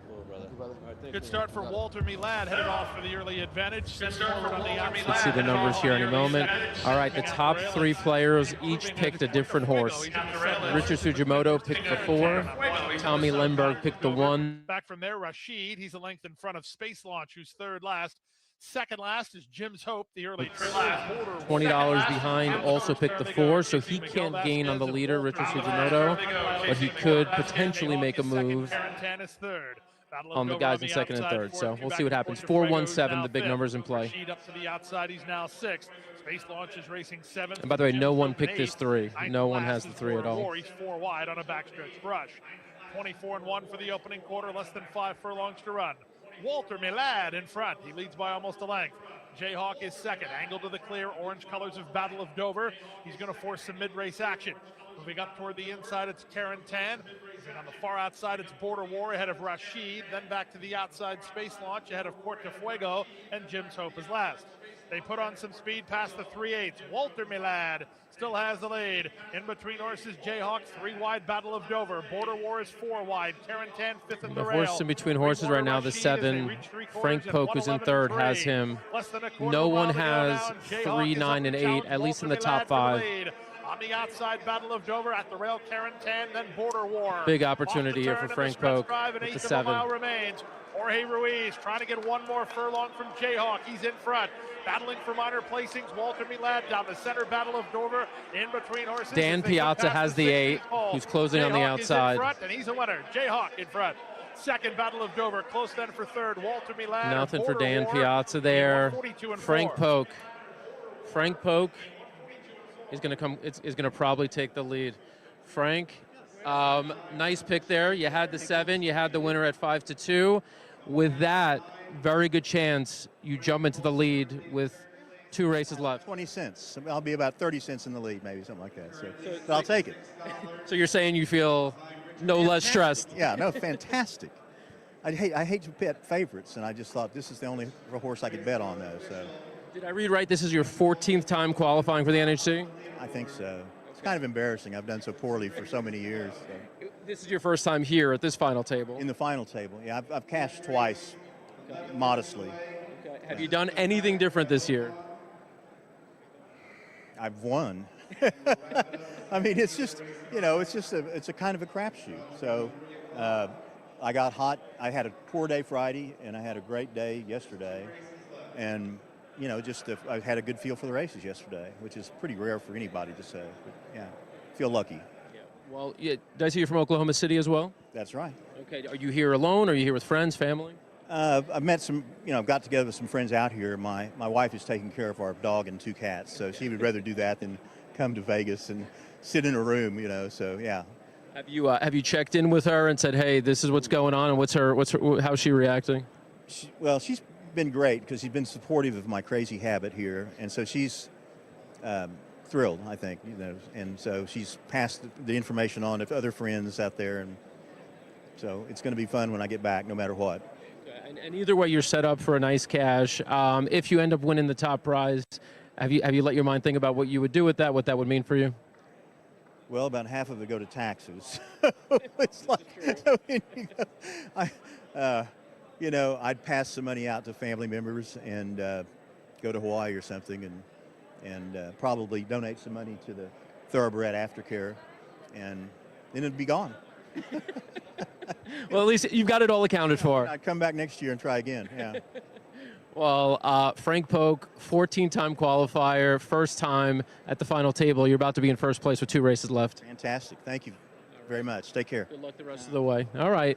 That's super exciting. I mean, that's, again, it just goes to show, if anyone thinks they've got this thing figured out, he's obviously good enough to make it here every year. Has never even come close to being in this position. Finally, this year broke through. I said, what's different? He said, I'm picking winners. He's winning this time. And Rock Chalk, baby, Jayhawk for all of those me, KU alumni out there winning this race. It's about a week early. They're usually a little later into March Madness, I know, the Jayhawks, right? I know. I think we're going to have the tournament selection coming up right about now. I think in about 30 minutes or so they're going to be selecting the brackets, I think. It's exciting, but we've got a new guest. We got Mike Somich up here, a face that many of you, I'm sure, know. Mike, how's it going? It's going well. It's been a frustrating weekend, but it is a very fun final table. I love it when we have this close of competition. We've got a bunch of people who are still a shot, a lot of horses that different people can use, and these last 2 races are awesome tournament races as well. Yeah, they are. This is a very, very competitive final table, probably the most competitive final table I've seen in a long time. You're host of the Magic Mike Show, which means something different in Vegas.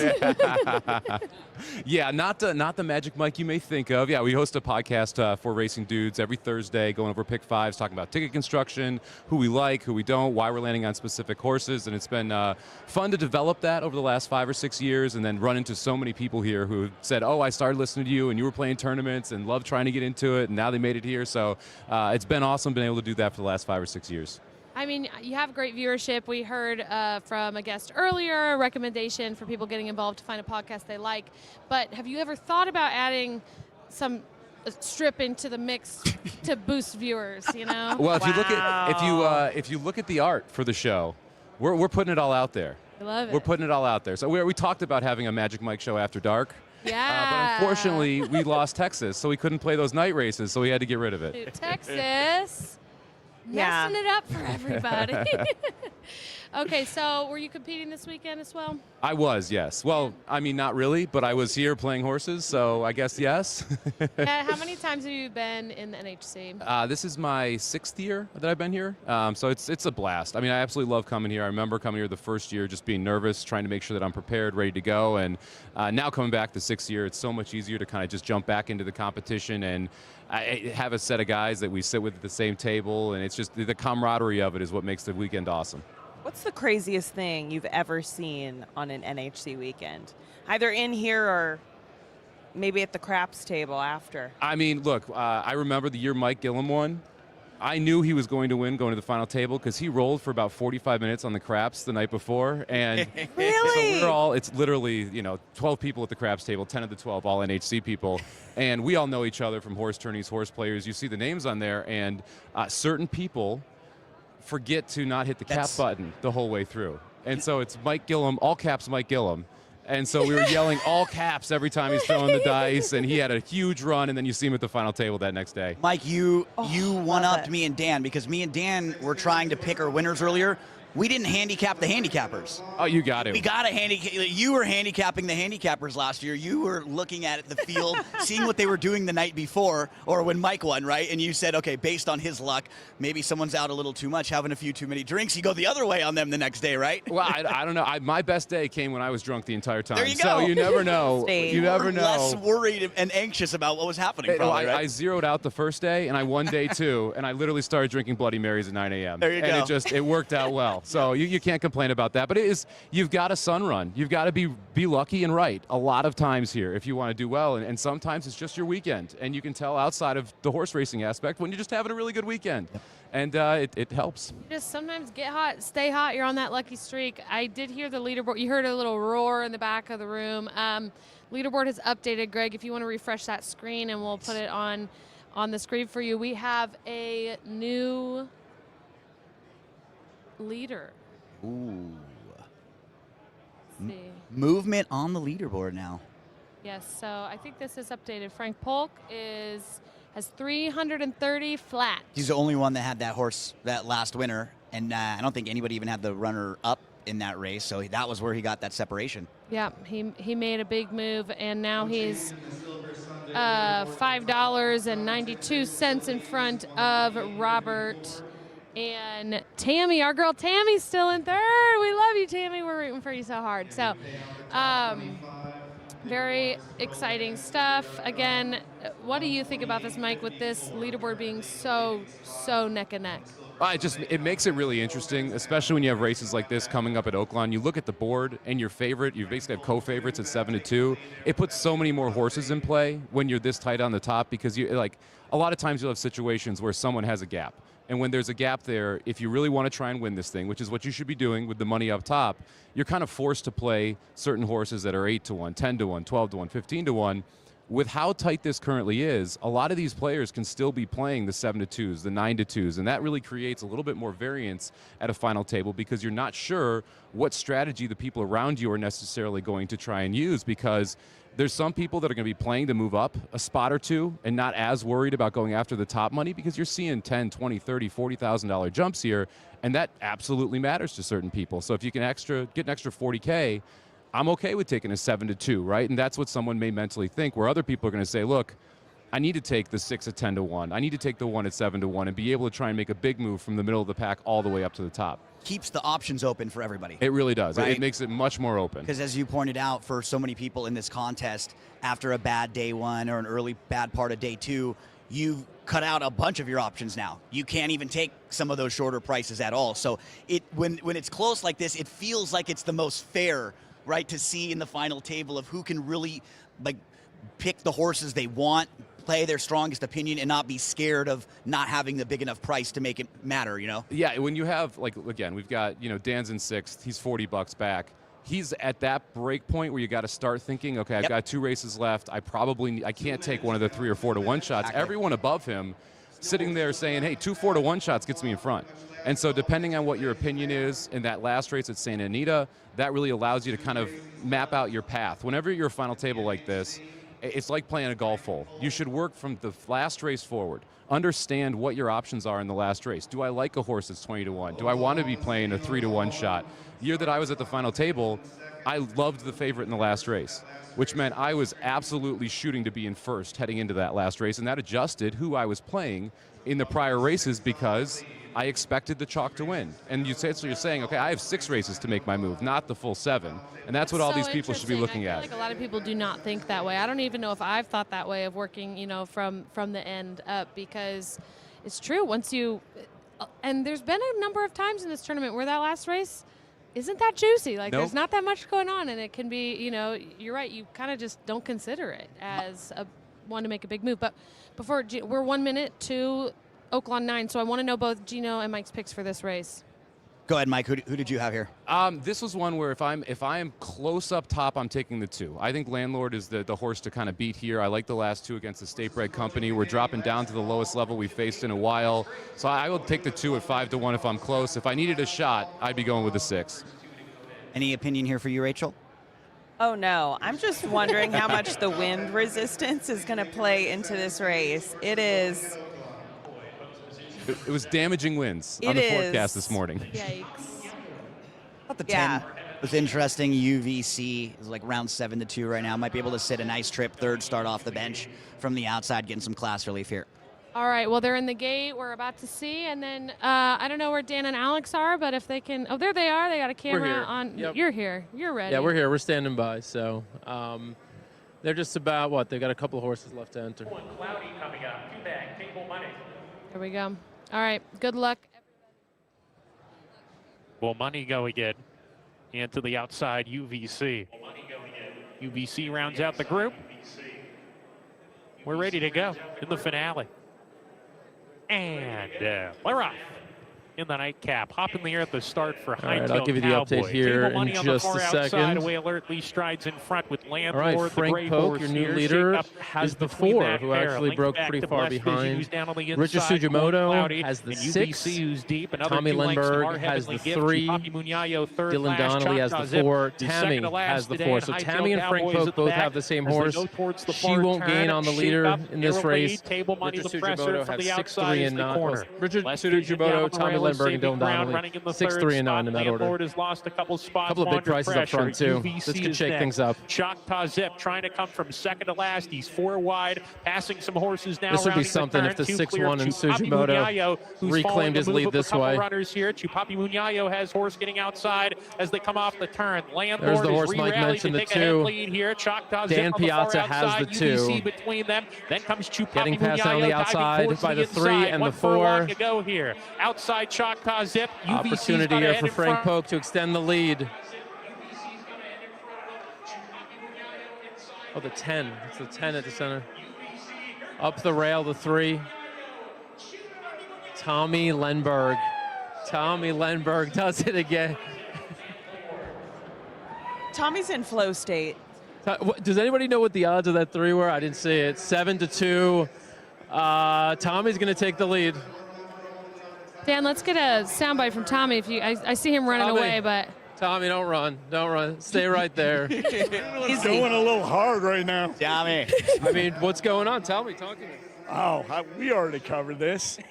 We're just figuring out how quickly can we spend this money. Any new ideas other than charity? No, Marcus is sending a limo from Sapphire, and we're going straight there. Fire it up. This is all promo material. We've talked about this. All promo material for them. All right. So you saw what you had in front of you there. You were $9 behind. You are now. You can do the math here, right? You can do the math now. You can do the math. You're going to be in the lead. Woo! With 1 to go. And my best bet of the day's in the last race. Oh. I might have to throw some real money at it. I'm going to look over his. Yeah, I'm going to look over his shoulder and see if I can get this horse too, because I want to play it. But I wouldn't do that to you. I will not do that. Right on. Thank you. No, go ahead and. I don't care about the price at this point. Oh no, I meant I just didn't want to, do anything bad by betting the horse. You're obviously good luck. Oh my God. I'll be in that limo. Right? Oh. All right. All right, Tommy Lindbergh, get back to work. We'll see you in there in a minute. Tommy, All right. I had a very bucket list Vegas moment last night. I got to stand out of the roof of a Hummer limo going down the strip. You did not. I did. Check out her Instagram. You can see it. It's all on there. She's a part. I was texting her. We were going to come meet, but then at that point she was already on her way back. So I know. Well, I was there an hour it was before. late. An I hour will and a say I half. had to get some work done for the pick sixes, so I didn't really start my night till a little bit later. Always working hard, Gino. You're missing out on the Hummer limo, though. know. That was with the Morning Line crew, I will say. So, I mean, they They work hard, play hard. They work hard, play hard over at morningline.io. Which actually is a great segue. For our next guest, Rachel? For our first. Yeah, that's a professional segue right there because I blew the turn last night. Work hard, play hard, for sure. Got addicted to a video poker machine, and I am so tired. I got up to 350 and I lost it all. Oh, Rachel. I know, you guys. My I condolences. should have just stuck with Alexa. I would be $350 richer Girl, right now. You would be richer, and you would be happier. You would be in a Hummer limo and a nightclub, just rocking and rolling. This is obviously Rachel McLaughlin from Horseshoe, Indiana. Before that, my actual segue, which is now cooked, was to show you this. That winning feeling is closer than ever before.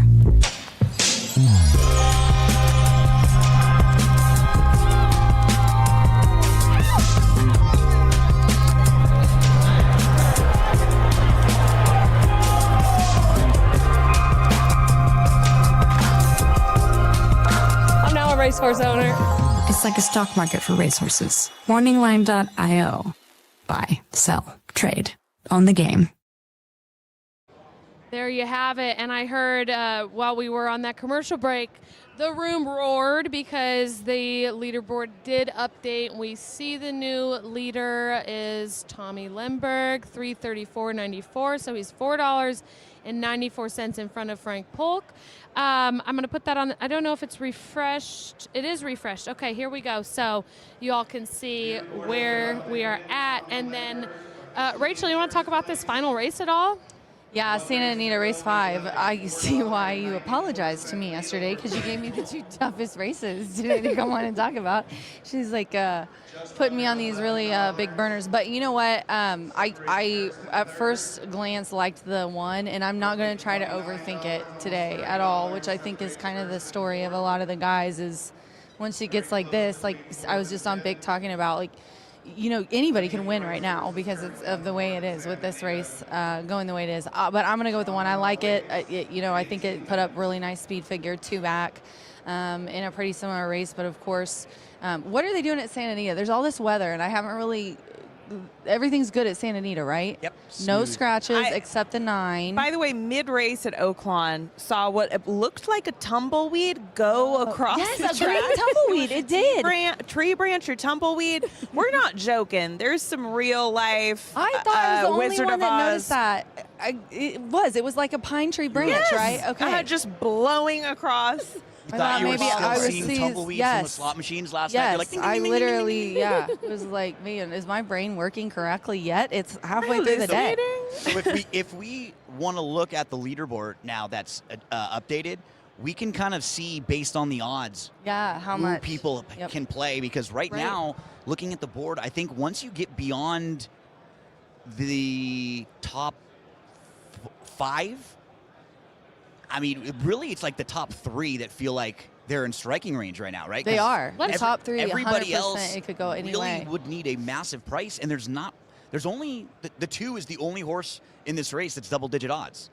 Everybody else is single-digit. Didn't he just say that his best bet is in this race too? Yeah. We should have had Dan ask him what his best bet was. So let's break it down a bit. I don't think he would have shared that with us because No, you he gotta probably play would've, you're right. at this point. This Can't race. we look up what their picks are? Not until the race as goes. soon as it starts. Yeah. Yep. Because see, you learn something every year. Yeah, because this race is very much game theory at this Oh, point. yeah. I mean, more than handicapping. So if I were in the lead or second, when I play tournaments and I'm down to the last race, I calculate the exact distance between me and every player, and then I have an odds sheet that tells me for winning which horses can, what odds I need to get there. So I know it doesn't matter what I like. I know I need a 5-1 or more to get to where. And You're then amazing to me. Every time you tell me stuff like that, I just I really have a girl crush on Alexa. It's bad.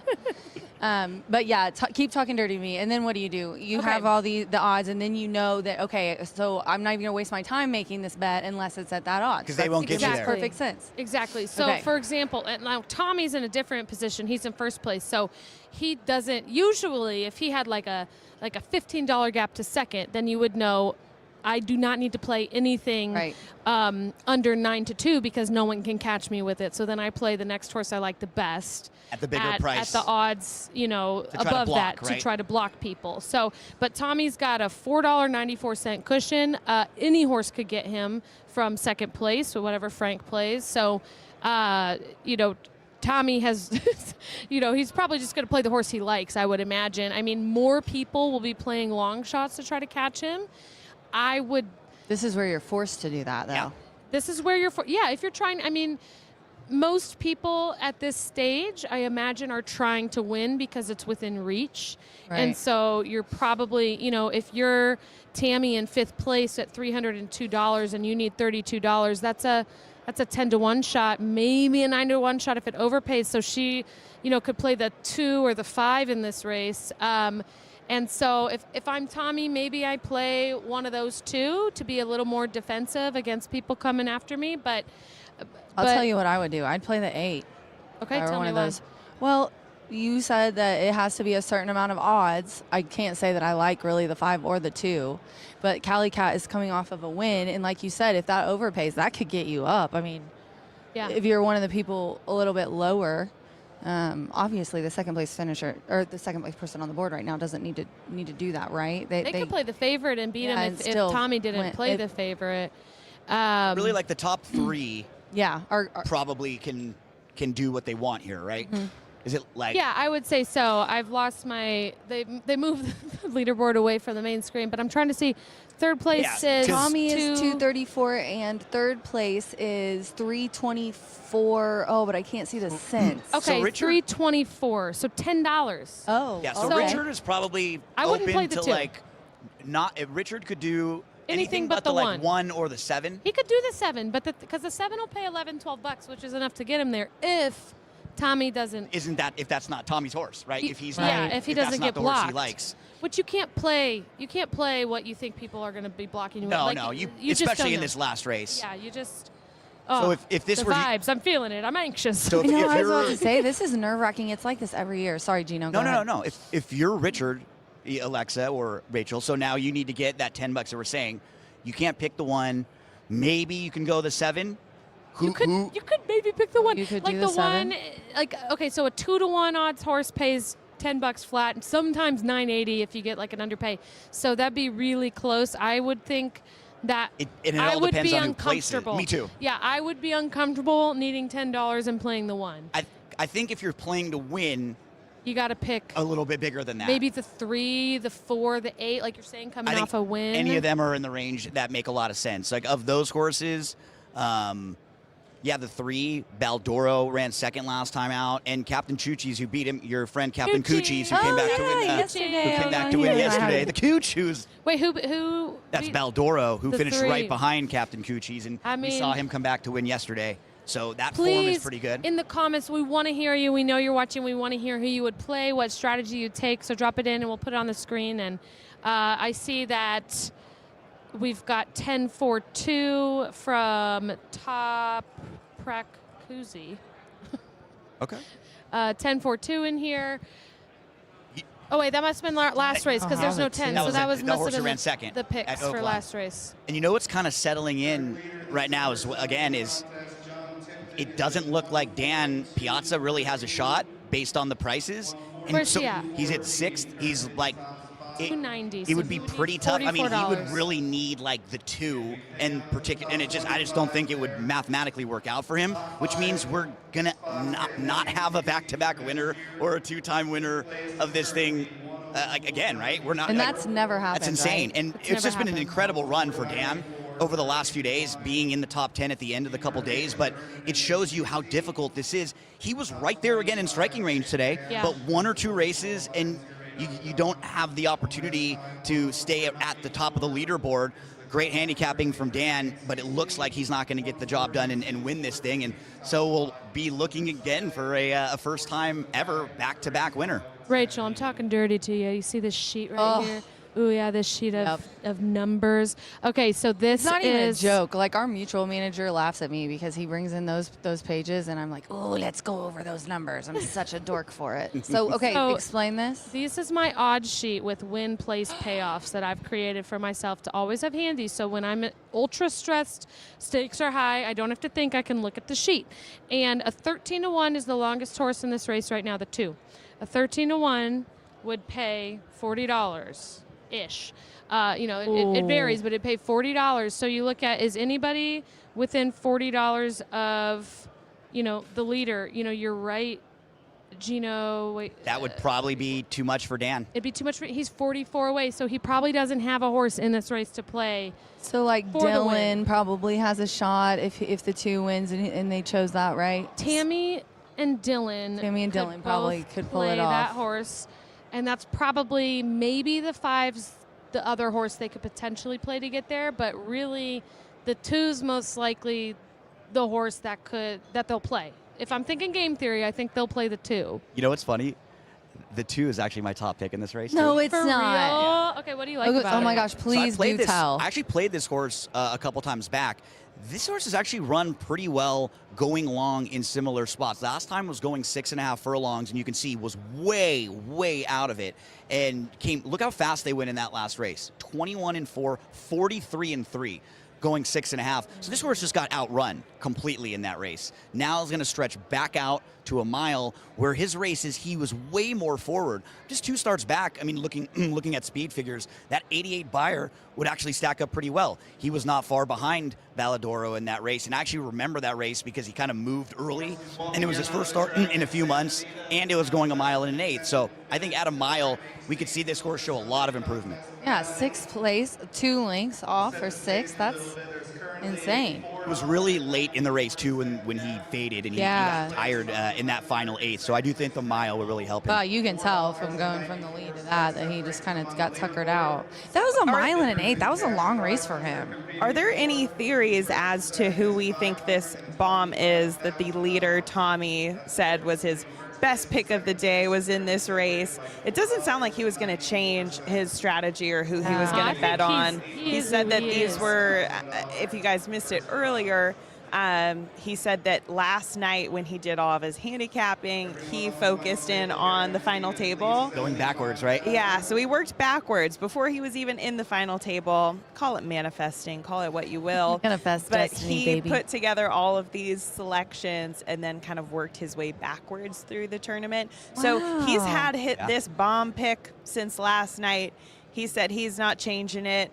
He's, I think, just pouring up another drink and eyeing his cigar, getting ready to celebrate. The celebratory one. What's the theory on who we think that pick is for him? And then we'll see if we're right. How's that for a little that'll be wager? fun. To say as confident as he was, like that it was his best bet, I'm trying to look at it from that aspect, right? Mm-hmm. Now So- we're getting into psychology. Right? Yeah, no. Again, We're getting we're into so psychology. I love it. inside his mind, right? So, so who knows what that's like? If you guys are inside my mind, sometimes kind of a scary place to be. Oh, yeah. I never really know what's going on. I would predict if it were me that it was the 7 or the 8. Really? You think so? I think those would be one of the 2. I think it would be the 7 or the 1. Winslow is so sharp right now, so I could Really? see him Yeah. just thinking that like this would be a fine if I'm in the lead and I have this horse. But he didn't say he didn't say it as if like I'm in the lead. He just said this was my best bet. So it doesn't necessarily mean it's a short price. No, it doesn't. It doesn't necessarily mean it's a bomb either. It Yeah. just means his best bet of the day. The horse he liked the most on, in the races. There are so many flooding in the comments right now with their picks, which we love. Like, we love to see everybody so engaged in this exciting moment. What's the consensus? People think he's going to pick the 2, Tommy. People think he might pick the favorite, the 7. Is that Beef Winslow? Yep, Beef Winslow's the 7. People think that might be his best bet. This would be 3 in a row for Beef Winslow. Wow. That's what I'm saying. Well, Wait, one of them goes all the way back to. to. Never mind. I'm sorry. There's a big layoff between October 17th is his last race for 2025. I'm sorry. So this would be kind of 2 in a row.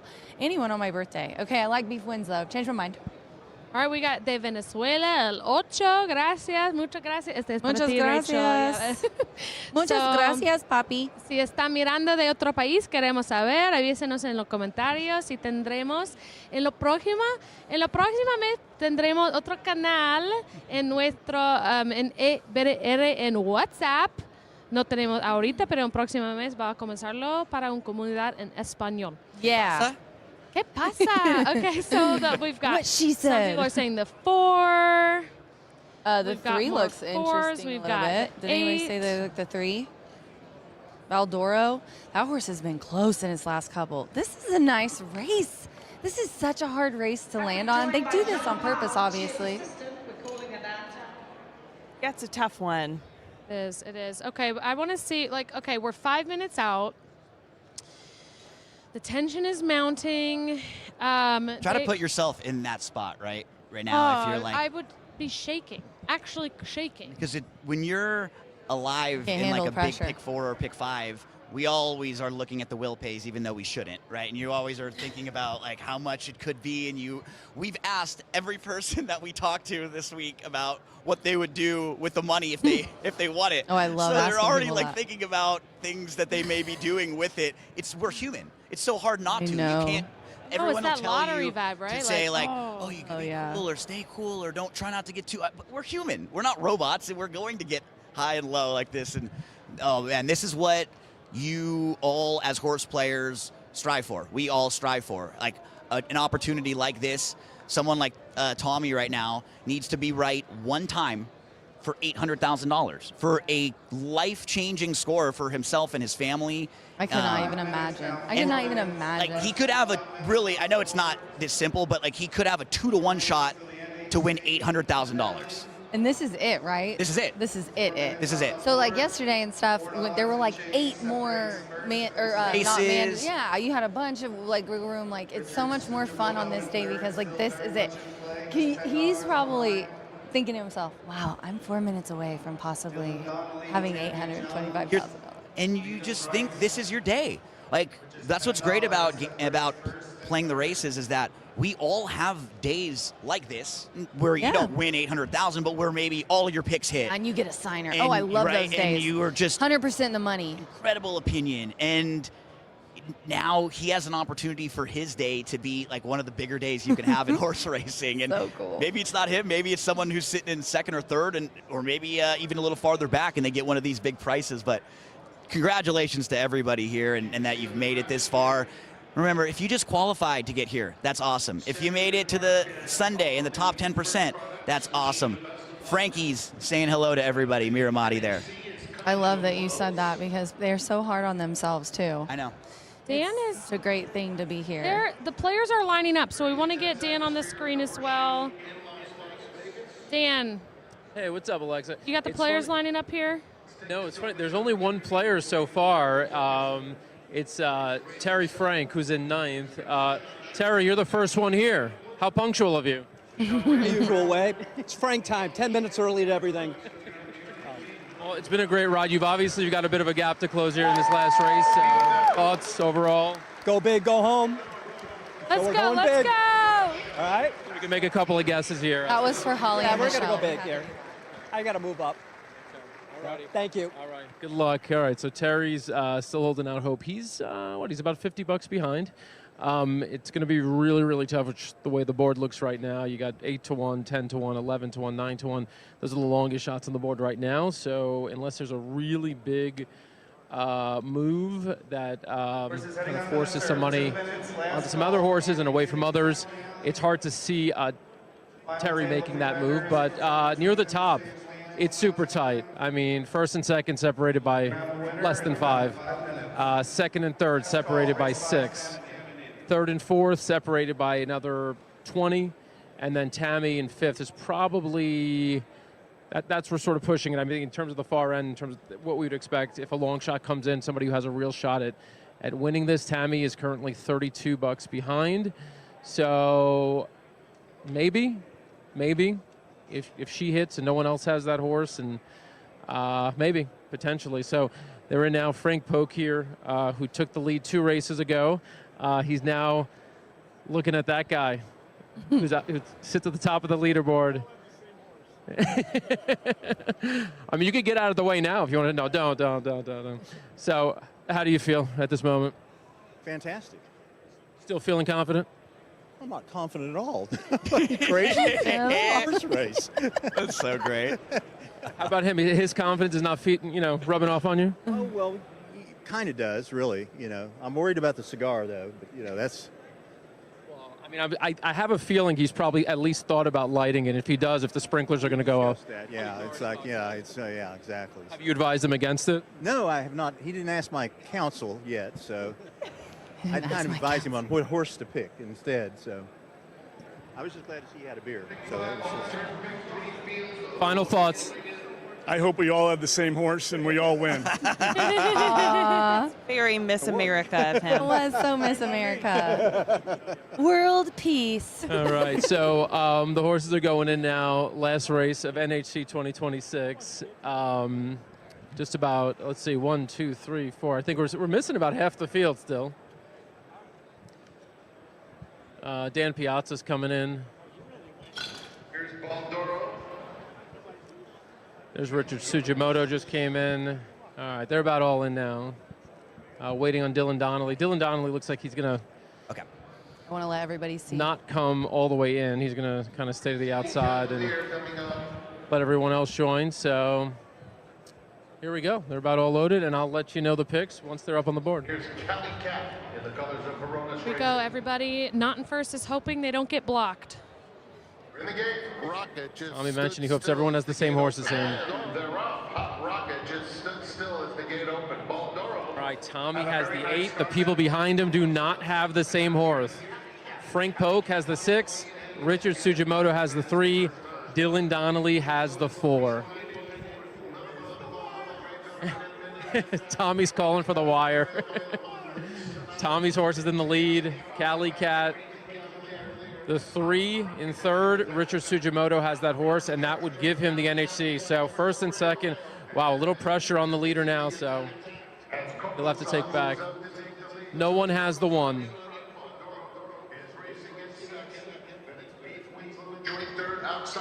And Richard Sugimoto in third right now has the 3.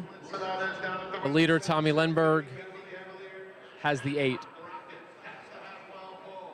The 6 horse behind them, Frank Polk has the 6 horse. So 3, 8, 6. Those are the numbers to keep an eye on.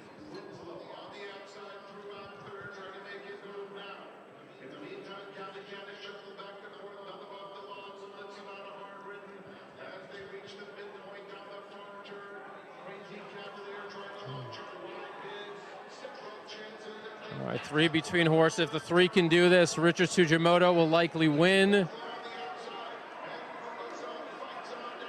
On the outside, the 4, Dylan Donnelly has the 4 at 10-1. Over the top, Dylan Donnelly. And the 6, Frank Polk 6, finishes second. That might be enough for Frank Polk to win. I do not think it's enough for Dylan Donnelly. It's going to be really close. We actually don't know who won. We don't know who's won this contest. Ooh. Frank has the 6.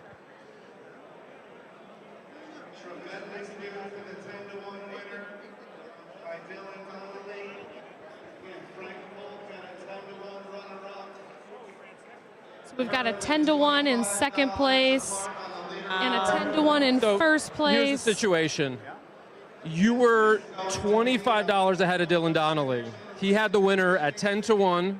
Oh, that's not good. You finished second at 10-1. So what do you think? Can you do that math that quickly right now? What was the question? The question is, can you do the math to figure out if you won this thing? No idea. It's close. It's really close. But if he won at 10-1, he's going to be at 22 plus place at $8 or something. So that's $30. $30. And he'll be at 33.35. And it's all come down to my place. He's going to get I get over $6-7. You should have this. Absolutely. He's only going to gain $14 on Somebody him. was telling me that I'd lost for sure. So according to Alexa, he should only gain $14 on you, which should be enough.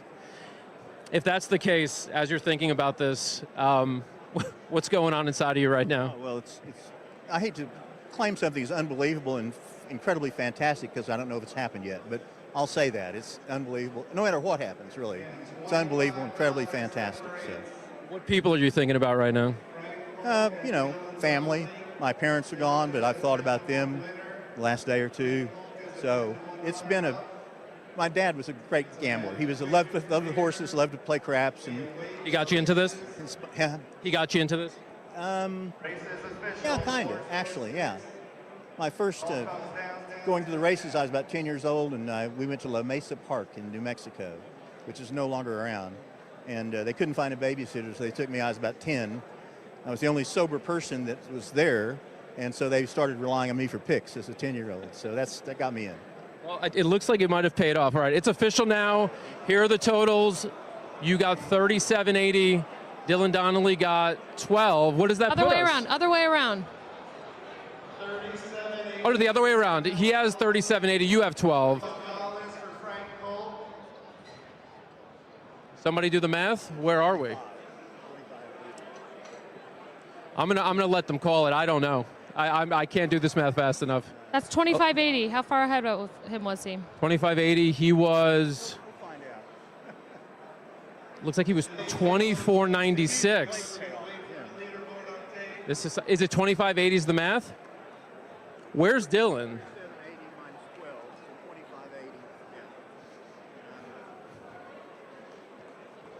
People better at math than me are beginning to gather around Dylan Donnelly. It's Dylan, unfortunately. By not much. I am sorry, Frank. That's okay. I'm sorry, Frank. All right, let's go over there real quick and see what's going on. All right, we're walking over to Dylan now. This is going to be a win by less than $1? It's not up on the board yet. It's official. 84 cents.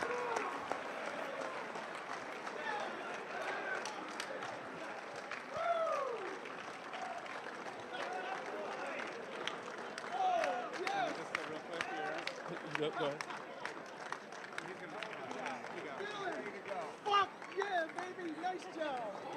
Dylan, you just won the NHC by 84 cents. Wow. Oh, that's holy shit. Wow.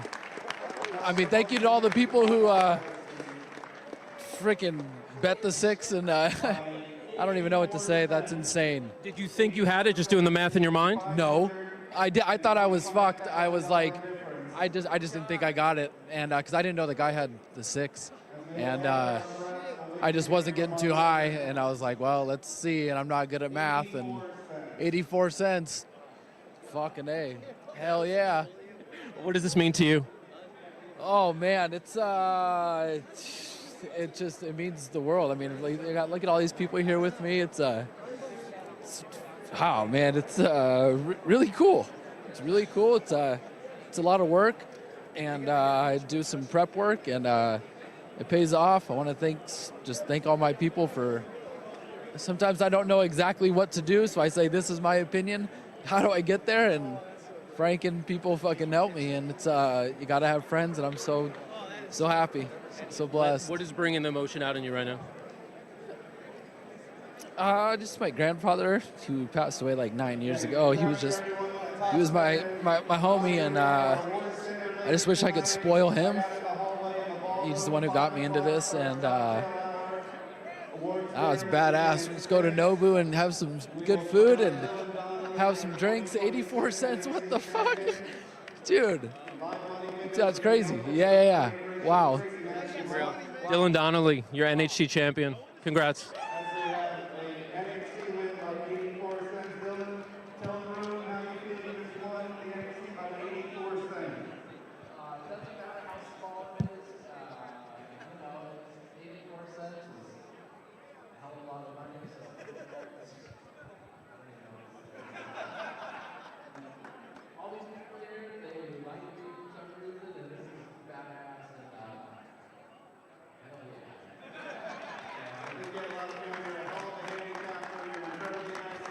There we have it, 27th National Horseplayers Championship. That was, I mean, this is honestly, guys, I mean, 84 cents after 3 days, after all these races. It just goes to show how much every little decision. Yeah. That's insane. I think my favorite part of all the shows, though, was when Dan went, holy shit. Because, I mean, really, I don't remember in the last, I mean, I've only been here 5 years, but I don't remember it being that tight in any of the years I've been here. That's insane. Less than And you $1. got to feel for Frank Polk. I mean, that was an absolutely, I think just doing the quick math, Yeah. it seemed like Frank had it. It did. I mean, that was so tight. I mean, the whole final table was just so neck and neck. I think it was probably the most position-moving table we've seen in a long time. Hey, great job, Dan. Great job. Thank you. I'm in shock. Not you. I don't even know what Returning. different day. Great job to you, too, though. You did do great. Dan Piazza was right behind us. So where did he end up in? We'll give you one last look at the leaderboard here as well. So Dan Piazza is 6th place. He will take home $100,000. Tammy, the lady bringing it home for the ladies, she's getting $125,000. Awesome. Richard, who was the leader early on, is going to take home $150,000. Tommy, with bringing the good vibes, will take $200,000. Frank Polk, $300,000, and Dylan, $825,000. Wow. That's great. I have a feeling Tommy's still riding a Tommy's high. still heading to the limo, I think, honestly. He's still got $200K to burn. So, anybody who cashed in the top 83 people today all did incredible. Everybody did incredible. It's such a hard tournament. So, congratulations to everybody. That's so crazy to be Tommy, and then that's just how, it's so crazy how it is. Like, you're sitting on the top, $4 ahead, and then one race. Is there any shot that Dylan is the youngest or maybe close to the youngest? Justin Mustari. I interviewed him last year. Justin, yeah, he Justin was the Mustari youngest. won at 26 or 27, I believe. Okay. Yeah. Hey guys, you still have us? Yes. Yeah. All right. So Dylan is done with the interviews, and now he's going to go up to the front, and he'll get his jumbo check. He's getting congratulations now, as you can see, from a bunch of people just coming up to him. This is also, look, I mean, this is a part of, a lot of these people played in this contest. They know how hard it is, and to see it come down to 84 cents is just, he was speechless. I mean, obviously he was speechless, right? I mean, there's not much you could say when it comes down to less than $1, but all these players clapping for him is really cool to see as well. Yeah, he was super emotional, crying, and that was just a huge, huge win for him. Can't believe it. It's just so fun, these contests, you guys. The 2026 winner, Dylan Donnelly. 84 cents. I planned that. That was such great timing. Brian and I are like on the level. Same wavelength. I'm a professional, guys. Sharing the last brain cell in Vegas. I literally do Passing have it back one and forth. left. You guys know I can't gamble though, right? I mean, on horses, obviously I'm allowed, but I have an IGC license in Indiana. I know we're going to get back to him, but to Phil, I'm not allowed to gamble. Did you guys know that? I can't touch money, even if it's on the floor in the casino. Oh, so no. when I come here, I'm like a fiend. Oh. It's like on Like a Sunday, I chastity just belt. set on, yes! It's like a Vegas chastity belt. It's like I just set on Bic. You know how on Sundays you always want Chick-fil-A? Because you can't have it. Oh. So whenever I come, I got to gamble because I can't do it. I love that. You might find yourself back at maybe one of the... I think I will find myself at the roulette table this evening, you guys. Greg, is there an interview that we need to... It gets so bunched up down there from everyone saying hi, and I believe that Tom will be interviewing, Tom Rooney, who was on the show at the start. I believe we'll be doing the presentation and interview, talk to Dylan, potentially. Yeah, I think so. And then there's an award ceremony tonight where everybody can make speeches and, have some eats and celebrate. Yep. And Eclipse Award winner, too. So, Guys, can you think back to 10 minutes ago and us looking at only the top 3 players saying, yeah, nobody really has a shot outside those top 3? very astute observation, Dan. We weren't even talking about Dylan having a shot 10 minutes ago. We really were not. We did not mention his name one time. Is it not remarkable? I mean, he is the only player who picked who picked the one horse who brought him just enough money Thank to you, leapfrog Doug everyone. O'Neill. Amazing. Yeah, that is amazing. And you know what else? We were all like, oh, there's so many horses that have really good shots here. The ones that are getting bet, we were like, oh, these 4 horses, they look really strong. And we were at least we alluded to the fact that you'd have to have a 10-1 to win to catch them. And exactly what we said kind of happened, but it just wasn't to someone we were talking about. We'll give out an awful lot of prize money. Oh my God, guys. In the ballroom right down the hall. What do we do now? I don't know. I really feel like Ricky Bobby. I don't know what to do with my hands. No, let me bring Noel in here, because Noel came up to me and he said that he'd never seen anything like that. Noel's been around the contest scene for a long time. Yeah, I can't believe it. I mean, we've had very close finishes at the NHC before, maybe as close as like $1 or $2, but never what happened here, where 2 guys simultaneously hit the last race, win in place, and it just came down to who was going to basically pay more to place. Both horses were 10-1. Obviously, he was going to get the win money. He was down $25, and it's amazing that it turned out this way. It really is. I've never seen in 27 years of this tournament. I never saw that happen. Doing the quick math, we were all standing here and we thought it was Frank doing the quick math. Yeah. Well, first everybody was just like, Dylan won. Oh my God, he had it. And then the realization that the other guy had the place horse, and $25 ahead. And was $25 ahead. And you're like, oh, because a lot of people in here were rooting for Dylan.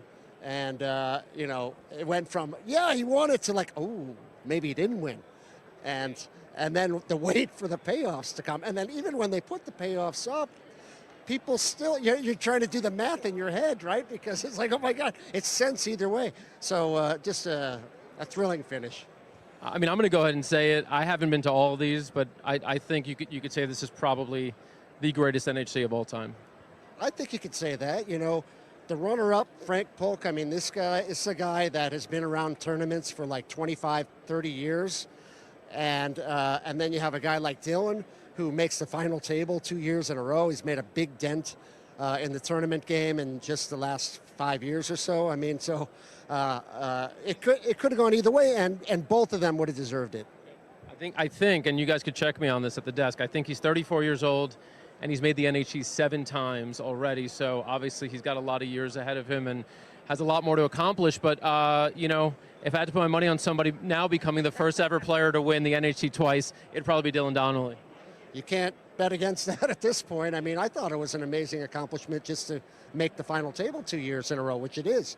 But to cash like that, and I mean, he's never going to forget that. And I think, a lot of people here who go to the NHC every year, they're going to remember that for a long time. He was nowhere on Friday, too. I think he said he had $50 at the end of Friday. That kind of thing is not unprecedented, like where you just have a monster day to come from out of nowhere, But the problem with that is it's hard to do that 2 days in a row, Like if you have that huge day, it's hard to follow it up with another huge day, and he did it, so hats off to him.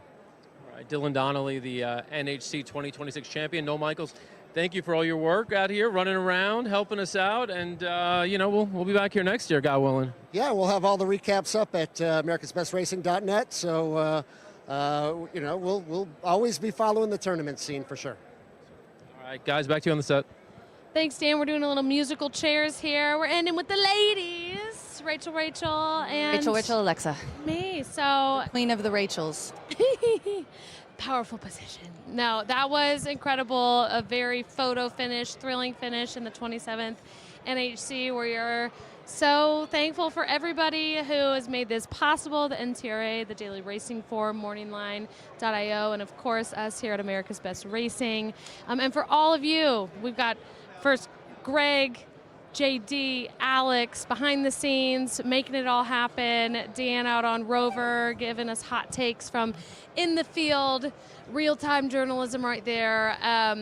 And all of you tuning in. We're so appreciative that you've stuck with us for the last, not 3, but 4 days for the last chance qualifier, and then the NHC. once a day. You guys have really done a great job up here on the desk, and I want to be the first to tell you that. Congratulations on a successful broadcast for 4 days. I bet you're exhausted. Are you ready to unscrew your smiles? Yeah, we are. What about you, Rachel? I'm riding the wave of whatever Dylan was saying.